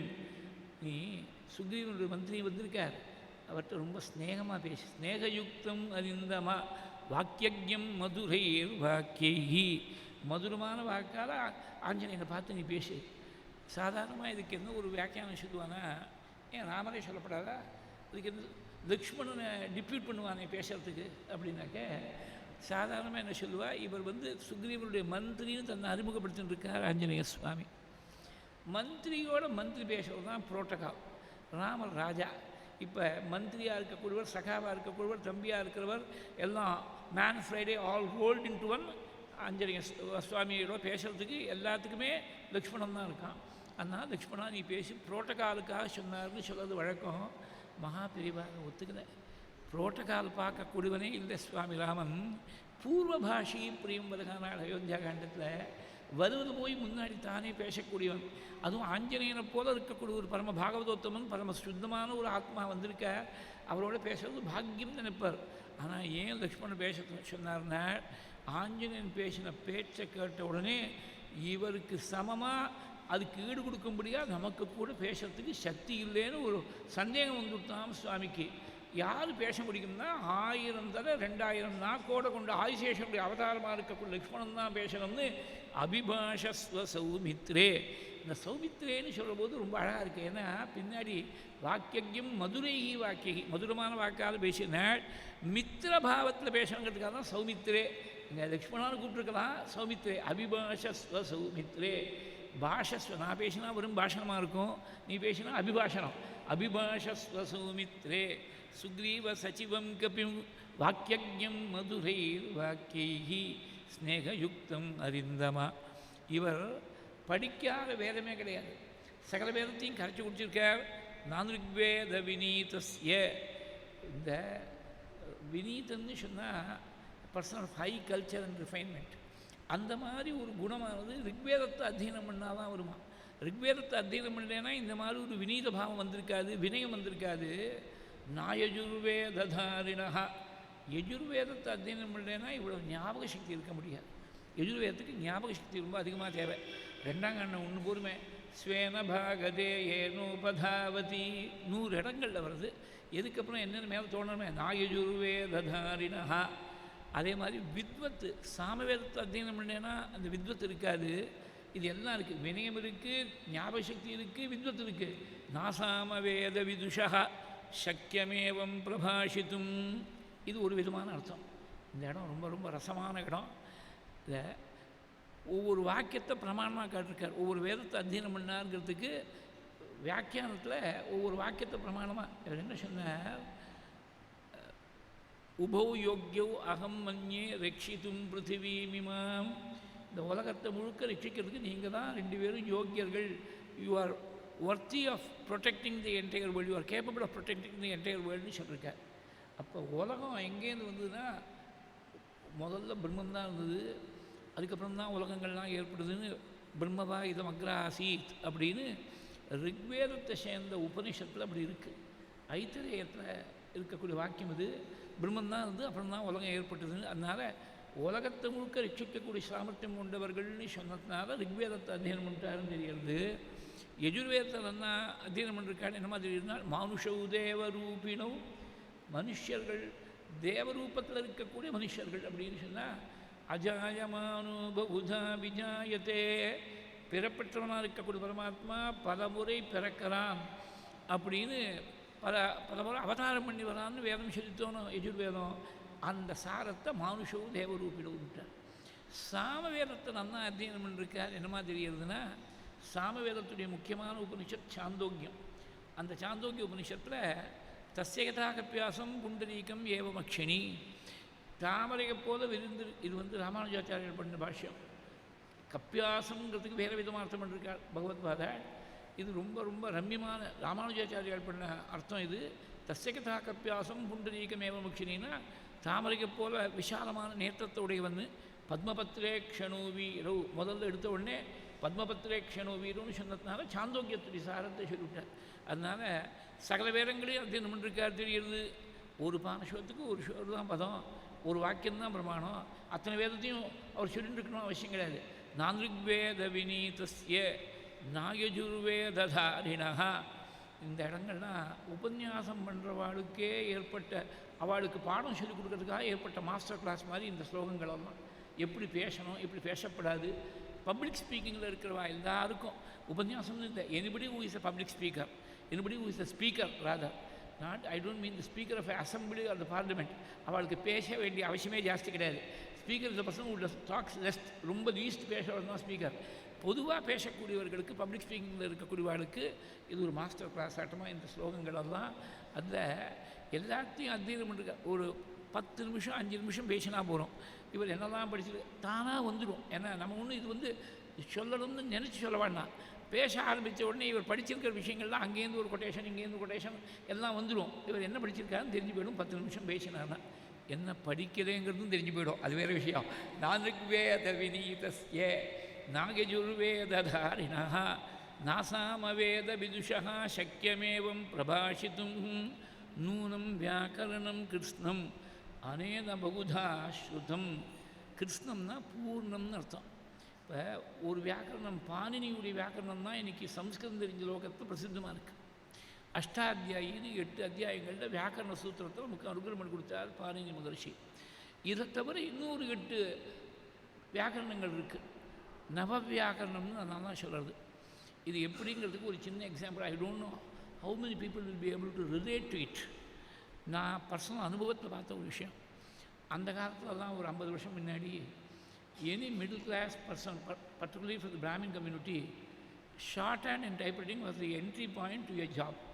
அதனால் இன்க்ளூடிங் திஸ் உபன்யாசகர் எல்லாம் இன்றைக்கி அந்த மறந்து போல, ஷார்ட் ஹேண்ட் ஸ்ட்ரோக்ஸும் மறந்து போல, டைப்ரைட்டிங்கும் மறந்து போல. 50 வருஷம் ஆச்சு அதை விட்டு. ஆனால் இன்னும் மறந்து போல. சின்ன வயசில் ஏதோ படித்தது. அப்போ ஐசக் பிட்மன்னு ஒருத்தர் இருந்தார். அவர் தான் பிட்மன் ஷார்ட் ஹேண்ட் தான் ரொம்ப பிரசித்தம் உலகத்தில். என்னோட கூட ஒர்க் பண்ண கரீக்கு ஒருத்தர் இருந்தார். அவர் வாஸ் கிரெக்னு வேறு ஒரு சிஸ்டம் ஆஃப் ஷார்ட் ஹேண்ட் எழுதுவார்.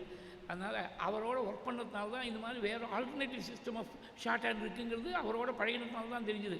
இல்லைன்னா பிட்மேன் ஏதோ நமக்கு இந்த பூனை கண்ணு முடினா உலகம் அஸ்தமிச்சு போகிறங்க மாதிரி பிட்மேனை விட்டால் வேறு ஷார்ட் ஹேண்ட் கிடையாதுன்னு நினச்சிருந்தோம். வேறு ஒன்று இருக்கணும். இப்போ ஒரு எக்ஸாம்பிள் சொல்லணுன்னாக்க, கம்ப்யூட்டர் லாங்குவேஜஸில் எத்தனையோ லாங்குவேஜஸ்லாம் இருக்குது. ஒரு லாங்குவேஜ் படித்தவனுக்கு இன்னும் வேறு லாங்குவேஜை பற்றி தெரியாமல் இருக்கலாம். அந்த மாதிரி பாணினியுடைய வியாக்கரணத்தை படித்தவனுக்கு அதுதான் வியாக்கரணம், வேறு வியாக்கரணம் இதே நினைக்கலாம். ஆனால் இது மாதிரி இன்னொரு 8 வியாக்கரணங்கள் இருக்குது. மொத்தம் 9 வியாக்கரணங்கள். அத்தனை வியாக்கரணங்களையும் பூர்ணமாக கிரகிச்சவர் ஆஞ்சநேயர். நூனம் வியாக்கரணம் கிருஷ்ணம். ஒரு சாஸ்திரத்தை ஒரு முறை கேட்டு பூர்ணமாக தெரிஞ்சினாலே பெரிய விஷயம். அதை பல முறை கேட்டு தெரிஞ்சுட்டுருக்கார். அனேன பகுதாஸ்ருதம். பல முறை கேட்டால் அப்படி மனசில் வஜ்ரம் பாஞ்ச கட்டியாட்டமாக நல்லா மனசில் பதிஞ்சு போயிடுது. பசுமரத்தை படிக்கக்கூடிய ஆணியாட்டமாக சந்தேகத்துக்கு இடம் இல்லாமல் he has become a master in the science of grammar. நூனம் வியாக்கரணம் கிருஷ்ணம் அனேன பகுதாஸ்ருதம். இவர் வியாக்கரணத்தை நல்லா கரைச்சி குடிச்சிருக்கார். நவவியாக்கரண பண்டிதன் என்னமா தெரியுதுன்னா பகுவியாகரதானேன நகிஞ்சித் அபசப்திதம். நிறைய பேசினார், ஒரு வார்த்தை கூட அபசப்தமாக வரல. There is not a single grammatical flaw in his speech which has been covered over several slokas. பல ஸ்லோகங்கள் பல பேசினாலும் கூட ஒரு தப்பு கூட வரல. பகுவியாகரதானேன நகிஞ்சித் அபசப்திதம். இதுதான் this is sign of mastery. நீங்கள் கிடுகிடுன்னு பேசினாலும் நிறைய பேசினாலும் அது கரெக்டாக இருக்கும். அந்த வார்த்தை ஒரு வார்த்தை கூட not a single word be out of place. There will not be a single grammatical error. அப்படி பகுவியாகரத்தானேன நகிஞ்சித் அபசப்திதம்.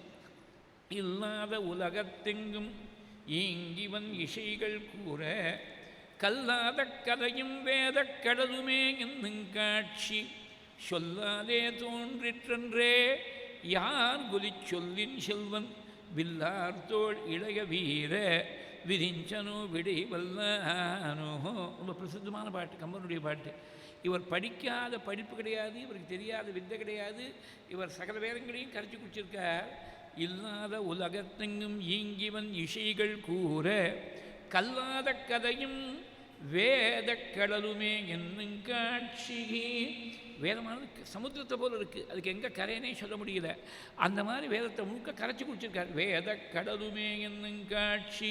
இது எப்படி தெரிஞ்சுனா சொல்லாதே தோன்றிற்றன்றே யார் கொலி சொல்லின் செல்வன். கம்பராமாயணத்தில் ராமர் வாக்கார கொடுத்த டைட்டில் ஆஞ்சநேயருக்கு சொல்லின் செல்வன். சொல்லின் செல்வன்னா சாதாரணமான அர்த்தம் என்ன, ரொம்ப நாவன்மை கொண்டவர், ரொம்ப அழகாக பேசக்கூடியவர். இது எல்லாருக்கும் வார்த்தையை கேட்ட உடனே புரிகிறது. நான் ஒரு ஊரில் வேறு ஒரு ஊரில் பல வருஷம் முன்னாடி உபன்யாசத்துக்கு மேடை ஏற போகிறேன். ஒருத்தர் வந்து ஷேர் பண்ணிட்டார் என்கிட்ட, ரொம்ப ரசமாக இருந்தது. அதுக்கப்புறம் நான் ஆஞ்சநேயரை பற்றி பேசும்போது தான் இதை ஷேர் பண்ணியிருக்கேன். அக்ராஸ் வேரியஸ் ஆடியன்ஸஸ் நிறைய பேர்கிட்ட ஷேர் பண்ணியிருக்கேன். சொல்லின்னு சொல்லன்னா நன்னா பேசக்கூடியவருங்கிறது சாதாரணமான அர்த்தம். யாராவது ராமரை பற்றி சொல்லின் இவன் செல்வன். ராமனை பற்றி யாராவது பேசினா அங்கே போய் யார் சொல்கிறாங்கிறது விஷயம் இல்லை. குழந்தை சொன்னாலும் பெரியவா சொன்னாலும் பண்டிதன் சொன்னாலும் பாமனை சொன்னாலும் ராமனை பற்றி பேசினா நாம் போய் எத்திர எத்திர ரகுநாத கீர்த்தனம் தத்திர தத்திர கிருதமஸ்தகாஞ்சலிம் பாஷ்பவாரி பரிபூர்ணலோச்சனம் மாஹருதிம் நமத ராட்சசாந்தகம். அந்த மகானுபாவருக்கு தான் இங்கே ஆசனம் போட்டிருக்கு. அதை பற்றி பின்னாடி சுந்தரகாண்டம் வரும்போது சுந்தரகாண்டத்துடைய உபோத்காதத்தை இன்னும் கொஞ்சம் சொல்கிறேன். இந்த ஆசனம் போட்டிருக்கக்கூடிய கருத்தை பற்றி அப்படி மகானுபாவர் ஆஞ்சநேயர் தான் முதல் ஸ்ரோதா. அவர் தான் ப்ரிசைடிங் ஆஃபீஸர். அவள் ட்ரிப்ளிகன் பெரியவா அப்படி சொல்லுவாள். ராமாயணமோ பாகவதமோ ஏதோ ஒன்று பகவத்குணம் ஒரு உபன்யாசம்னா யாராவது ஒருத்தர் லௌகிகமாக ஒரு பெரிய மனுஷன் ஆரம்பித்து வைக்கிறதுன்னு ஒரு வழக்கம் இருக்கணும் சொசைட்டியில். அதை அவள் விரும்புறதில்லை. நீ ராமாயணத்துக்கு யார் ப்ரிசைட் பண்ணுறது? ஆஞ்சநேயர் ஒருத்தர் தான் ப்ரிசைடிங் ஆஃபீஸர். வேறு ஒருத்தருக்கு ப்ரிசைட் பண்ணுறதுக்கு யோகியதையே கிடையாது அப்படின்பா. மனுஷாளில் வந்து அவள் ப்ரிசைட் பண்ணி ராமாயணத்துக்கு ஒன்றும் ஆக வேண்டியது ஒன்றும் இல்லை. ஆஞ்சநேயர் தான் ப்ரிசைடிங் ஆஃபீஸர். அதனால் இந்த ஆரம்பம் அப்புறம் வேலிடிக்ட்ரி இந்த மாதிரி இருக்கக்கூடிய சமாச்சாரங்கள்லாம் அவளுக்கு பிடிக்காது. ராமாயணம் சொல்லிட்டு போயிட்டே இருப்பாள். இதை ஆரம்பிக்கிறது ஒருத்தர் ஆரம்பித்து வைக்கிறது ஒருத்தர் முடிக்கிறது அதெல்லாம் கிடையாது. ராமாயணம்னா ராமாயணம், பாகவதம்னா பாகவதம் சொல்லிவிட்டு அவன் மாட்டில் போயிட்டே இருப்பாள். நிற்கிறது இல்லை, சுகாச்சாரியால் போல் நிற்கிறது இல்லை. இந்த ஆஞ்சநேய சுவாமி தான் தலைமை தாங்கணும்னா அவர் தான் தாங்கணும். யாராவது ராமனை பற்றி பேசினா உடனே அங்கே போய் சிரவணம் பண்ணுறதுக்காக பரம கத்கதமான கண்டத்தோடு ஆனந்த பாஷ்பத்தோடு அப்படியே ரோமாஞ்சிதமான சரீரத்தோடு கூப்பின கையோடு சிரசு மேலே வச்சுட்டு அப்படி உட்கார்ந்து கேட்டுருக்கார் இந்த மகானுபாவன். சொல்லின் செல்வன், யாராவது சொல்லின் இவர் செல்வன். யார் கொலி சொல்லின் செல்வன் வில்லார் தோள் இளைய வீரா விரிஞ்சனோ விடை வல்லானோ. 4 முகங்களால் 4 வேதங்களையும் சொல்லிட்டு இருக்கக்கூடிய பிரம்மாவா இல்லை எல்லா வித்தியங்களும் எவன்கிட்டேருந்து வந்ததோ அப்பேற்பட்ட பரமேஸ்வரனா யாராக இருக்க முடியும்? ஈசான சர்வ வித்யானாம் ஈஸ்வர சர்வபூதானாம் பிரம்மாதிபதிர் பிரம்மணோதிபதிர் பிரம்மா சிவோ மே அஸ்து சதா சிவோம். அப்படின்னு வேதம் பேசிட்டு அப்படி சர்வ வித்தியர்களுக்கும் இருப்பிடமாக இருக்கக்கூடிய பரமேஸ்வரனா விரிஞ்சனு விடை வல்லானோ early 1940s about little more than 80 years back Samskrita அகாடமியுடைய ஆஸ்பீசஸில் ரைட் ஆனபடி ஸ்ரீனிவாஸ் சாஸ்திரியார் ஒரு வாரத்துக்கு ஒரு லெக்சராக 30 லெக்சர்ஸ் கொடுத்தார் ராமாயணத்தில். அதை புஸ்தகமாக பப்ளிஷ் பண்ணிருக்கார். 30 லெக்சர்ஸ் அந்த ராமாயணானே டைட்டில் அந்த புஸ்தகத்துக்கு. அந்த லெக்சர்ஸ் ஞாபகார்த்தமாக ஒரு கமெமரேஷன் லெக்சர் இன்ஸ்டிடியூட் பண்ணி professor Sankaranarayanan he delivered it in 1950 or so. It was repeated by public demand in sometime in 1963 or so. அந்த கமெமரேஷன் லெக்சருடைய டெக்ஸ்ட்டை ஸ்ரீராமச்சந்திரா என்ற தலைப்பில் ₹1 சீரீஸில் பாரதிய வித்யா பவனில் பப்ளிஷ் பண்ணான். அந்த காலத்தில் சின்ன புக்லெட்டாக இருக்கும், 100 பக்கத்துக்குள்ளே இருக்கும், ₹1 தான் அந்த காலத்தில். Unfortunately that book is now out of பிரிண்ட்னு நினைக்கிறேன். நான் ரொம்ப நாள் முன்னாடி படித்தது. ரொம்ப ரொம்ப wonderful book. A book to be savored as much for the literary beauty as for the profundity of thought that it encapsulates. அந்த மாதிரி ஒரு இங்கிலீஷ் இந்த காலத்தில் பேசுறதுக்கு கிடையாது, பேசினா புரிஞ்சுக்க பாடலாம் தெரியாது. ரொம்ப wonderful English, wonderful presentation, wonderful thoughts also. அந்த ஆஞ்சநேயருக்கு சுவாமி இந்த அனுகிரகம் பண்ண விஷயத்தை சொல்லும்போது when Srirama heard Hanuman deliver this masterly thesis on the object of beauty, he then and there convened a convocation of unseen intellectuals and conferred on him a doctorate of all arts and sciences, of all laws and letters, delivering the citation which begins with the inimitable words Nanrigveda Vinidasya Nagajurveda Dharinaha Nasama Veda Vidushaha Shakyamevam Prabhashitum etc. He inscribed his name in the register of his own heart and admitted him to the faculty of those most dear to himself. என்ன அற்புதமான ஒரு அனுபூதி பாருங்கோ. இது நமக்கு ஒரு பெரிய பாடம். உலகத்தில் 4 பேர் கொண்டாடுறா, சொல்லு கொடுக்குறான்னு சொன்னால் உலகத்தில் யார் என்ன சொல்லு கொடுத்து நமக்கு என்ன பிரயோஜனம்? பகவான்னா இவன் என்ன சேர்ந்தவன்னு சுவாமி ஏற்றுக்கணும். அதை திருப்பலிங்கன் பெரியவாளை பாகவதம் தான் கூப்பிடுவா மகா பெரியவா. ஒரு நாளைக்கு எங்கிட்ட பேஷண்ட் திருப்பலிங்கன் பெரியவா சொன்னால் இதை விட எனக்கு ஒரு பெரிய பாக்கியம் என்ன வேணும்? பாகவதம்னா பகவானை சேர்ந்தவன் அர்த்தம். பகவதா அயம் பாகவதா, பகவதா அயம் பாகவதா. பகவானை சேர்ந்தவர்னு பெரியவா பார்க்காத சொல்லிவிட்டா இதுக்கு மேலே வேறு ஒன்றும் தேவையில்லை.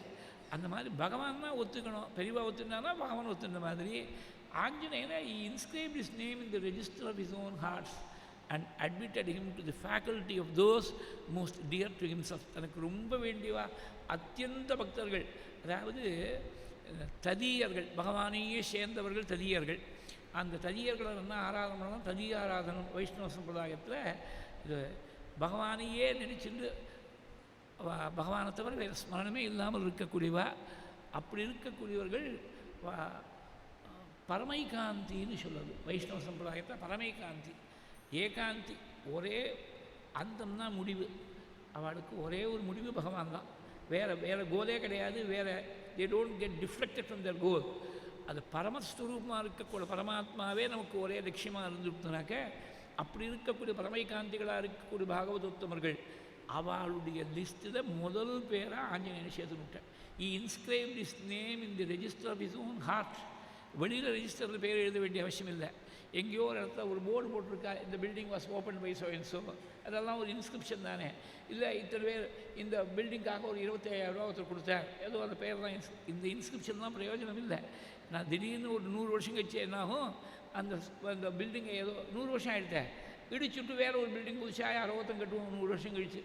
அப்போ இந்த இன்ஸ்கிரிப்ஷன்ஸ்லாம் எங்கே போச்சுன்னு யாருக்கும் தெரியாது. பகவானுடைய ஹிருதயத்தில் இன்ஸ்கிரிப்ஷன் வந்துடுச்சுன்னா அது பர்மனெண்ட்டாக இருக்கும். அது யாருமே டீஃபேஸ் பண்ண முடியாது, யாருமே அழிக்க முடியாது. he inscribed his name in the register of his own heart and admitted him to the faculty of those most dear to himself.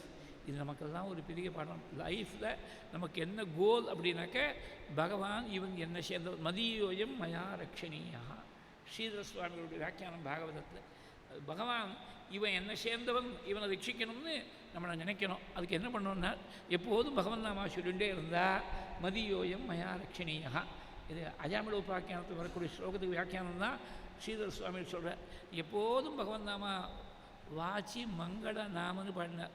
அபங்கத்தில் பாடும்போது வாக்கில் மங்களமான நாம எப்போதும் இருந்து கொடுத்தனாக்க இவன் என்ன சேர்ந்தவன், இவனை ரட்சிக்க வேண்டிய பொறுப்பை நான் ஏற்றுக்கிறேன்னு பகவான் எடுத்துக்கிறான். அப்புறம் நாம் கவலைப்பட வேண்டாம், எது வந்தாலும் வாழ்க்கையில் எது வந்தாலும் அவன் பார்த்துப்பான். அதான் சரணாகதி. அந்த மாதிரி ஒரு பாவத்தை நம்ம பகவானுக்கு ரொம்ப வேண்டியவனாக நம்ம பண்ணக்கூடிய பாவத்தை ஸ்ரீராமச்சந்திரமூர்த்தியும் ஆஞ்சநேயருமா சேர்ந்து நமக்கு அனுகிரகம் பண்ணணும்னு சொல்லி பிரார்த்தித்து இன்றைக்கி பூர்த்தி பண்ணிப்போம். இன்னும் கொஞ்சம் இருக்குது, ஆஞ்சநேயரை பற்றி கொண்டாடி சொல்ல வேண்டியது இன்னும் இருக்குது. அதெல்லாம் நாளைக்கு தொடர்ந்து மேலே சுக்ரீவ சக்கியம் நாளைக்கு, வாதிநாம சம்பாதம் நாளைக்கு தான் வரும்னு நினைக்கிறேன். சுவாமி எப்படி அழைச்சின்னு போகிறாரோ தொடர்ந்து நடக்கட்டும், பகவான் எப்படி நடக்கிறாரோ நடத்தின்னு போகிறாரோ அப்படி நடக்கட்டும்.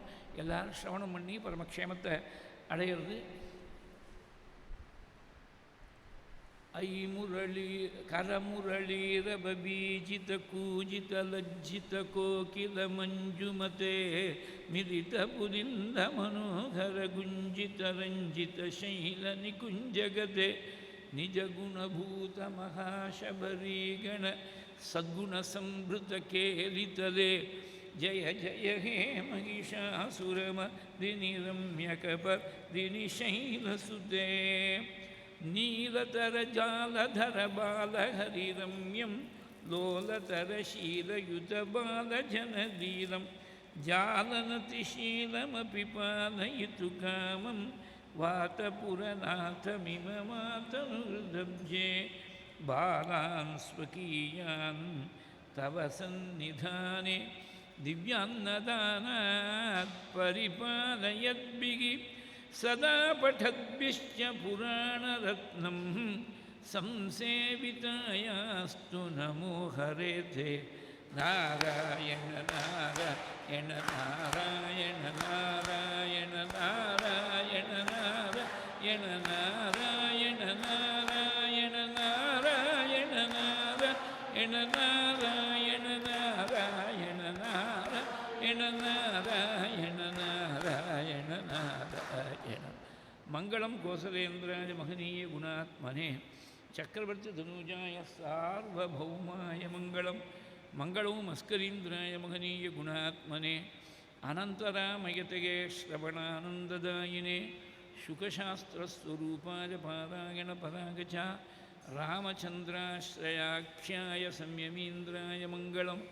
ಕಾಂಚನಾದ್ರಿನಿಭಾಂಗಾಯ ವಾಂಛಿತಾರ್ಥಪ್ರದಾಯಿನೇ ಅಂಜನಾಭಾಗ್ಯರೂಪಾಯ ಆಂಜನೇಯಾಯ ಮಂಗಳಂ. ಜಾನಕೀಕಾಂತಸ್ಮರಣಂ ಜಯ ಜಯ ರಾಮ ರಾಮ. ಶ್ರೀ ಸದ್ಗುರುಸ್ವಾಮಿನಃ ಜಯ, ಆಂಜನೇಯಸ್ವಾಮಿನಃ ಜಯ. ಸ್ವಸ್ತಿ ಪ್ರಜಾಭ್ಯಃ ಪರಿಪಾಲಯಂತಾಂ ನ್ಯಾಯೇನ ಮಾರ್ಗೇಣ ಮಹೀಂ ಮಹೀಷಾಃ. ಗೋಬ್ರಾಹ್ಮಣೇಭ್ಯಃ ಶುಭಮಸ್ತು ನಿತ್ಯಂ. ಲೋಕಾಃ ಸಮಸ್ತಾಃ ಸುಖಿನೋ ಭವಂತು. ಕಾಯೇನ ವಾಚಾ ಮನಸಾ ಇಂದ್ರಿಯೈರ್ವಾ ಬುದ್ಧ್ಯಾ ಆತ್ಮನಾ ವಾ ಪ್ರಕೃತೆ ಸ್ವಭಾವಾತ್ ಕರೋಮಿ ಯದ್ಯತ್ ಸಕಲಂ ಪರಸ್ಮೈ ನಾರಾಯಣಾಯೇತಿ ಸಮರ್ಪಯಾಮಿ. ತ್ವದೀಯಮಸ್ತು ರಾಜೇಂದ್ರ ತುಭ್ಯಮೇವ ಸಮರ್ಪಯೇತೆ ತ್ವದಂಗ್ರಿಕಮಲೆ ರತಿಂ ಮೇ ಯಚ್ಚ ಶಾಶ್ವತೀಂ. ಯದಕ್ಷರಪದಭ್ರಷ್ಟಂ ಮಾತ್ರಾಹೀನಂ ತು ಯದ್ಭವೇತ್ ತತ್ಸರ್ವಂ ಕ್ಷಮ್ಯತಾಂ ದೇವ ನಾರಾಯಣ ನಮೋಸ್ತುತೆ. ವಿಸರ್ಗಬಿಂದುಮಾತ್ರಾಶ್ಚ ಪದಪಾದಾಕ್ಷರಾಣಿ ಚ ನ್ಯೂನಾನಿ ಚಾತಿರಿಕ್ತಾನಿ ಕ್ಷಮಸ್ವ ಪುರುಷೋತ್ತಮ. ಕ್ಷಮಸ್ವ ರಘುನಂದನ, ಕ್ಷಮಸ್ವ ಗುರುಸತ್ತಮ, ಕ್ಷಮಸ್ವ ಹರಿಸತ್ತಮ. ಯಜ್ಞೇಶಾಚ್ಯುತ ಗೋವಿಂದ ಮಾಧವಾನಂತ ಕೇಶವ ಕೃಷ್ಣ ವಿಷ್ಣು ಋಷಿಕೇಶ ವಾಸುದೇವ ನಮೋಸ್ತುತೆ. ಶ್ರೀ ಹರಯೇ ನಮಃ. ಗುರುವಾಯೂರಪ್ಪ ಶರಣಂ ನಾರಾಯಣ ಅಖಿಲ ಗುರು ಭಗವನ್ ನಮಸ್ತೆ. ವಾಸುದೇವ ಕಾಮಾಕ್ಷಿ ಗುರುಮೂರ್ತೆ.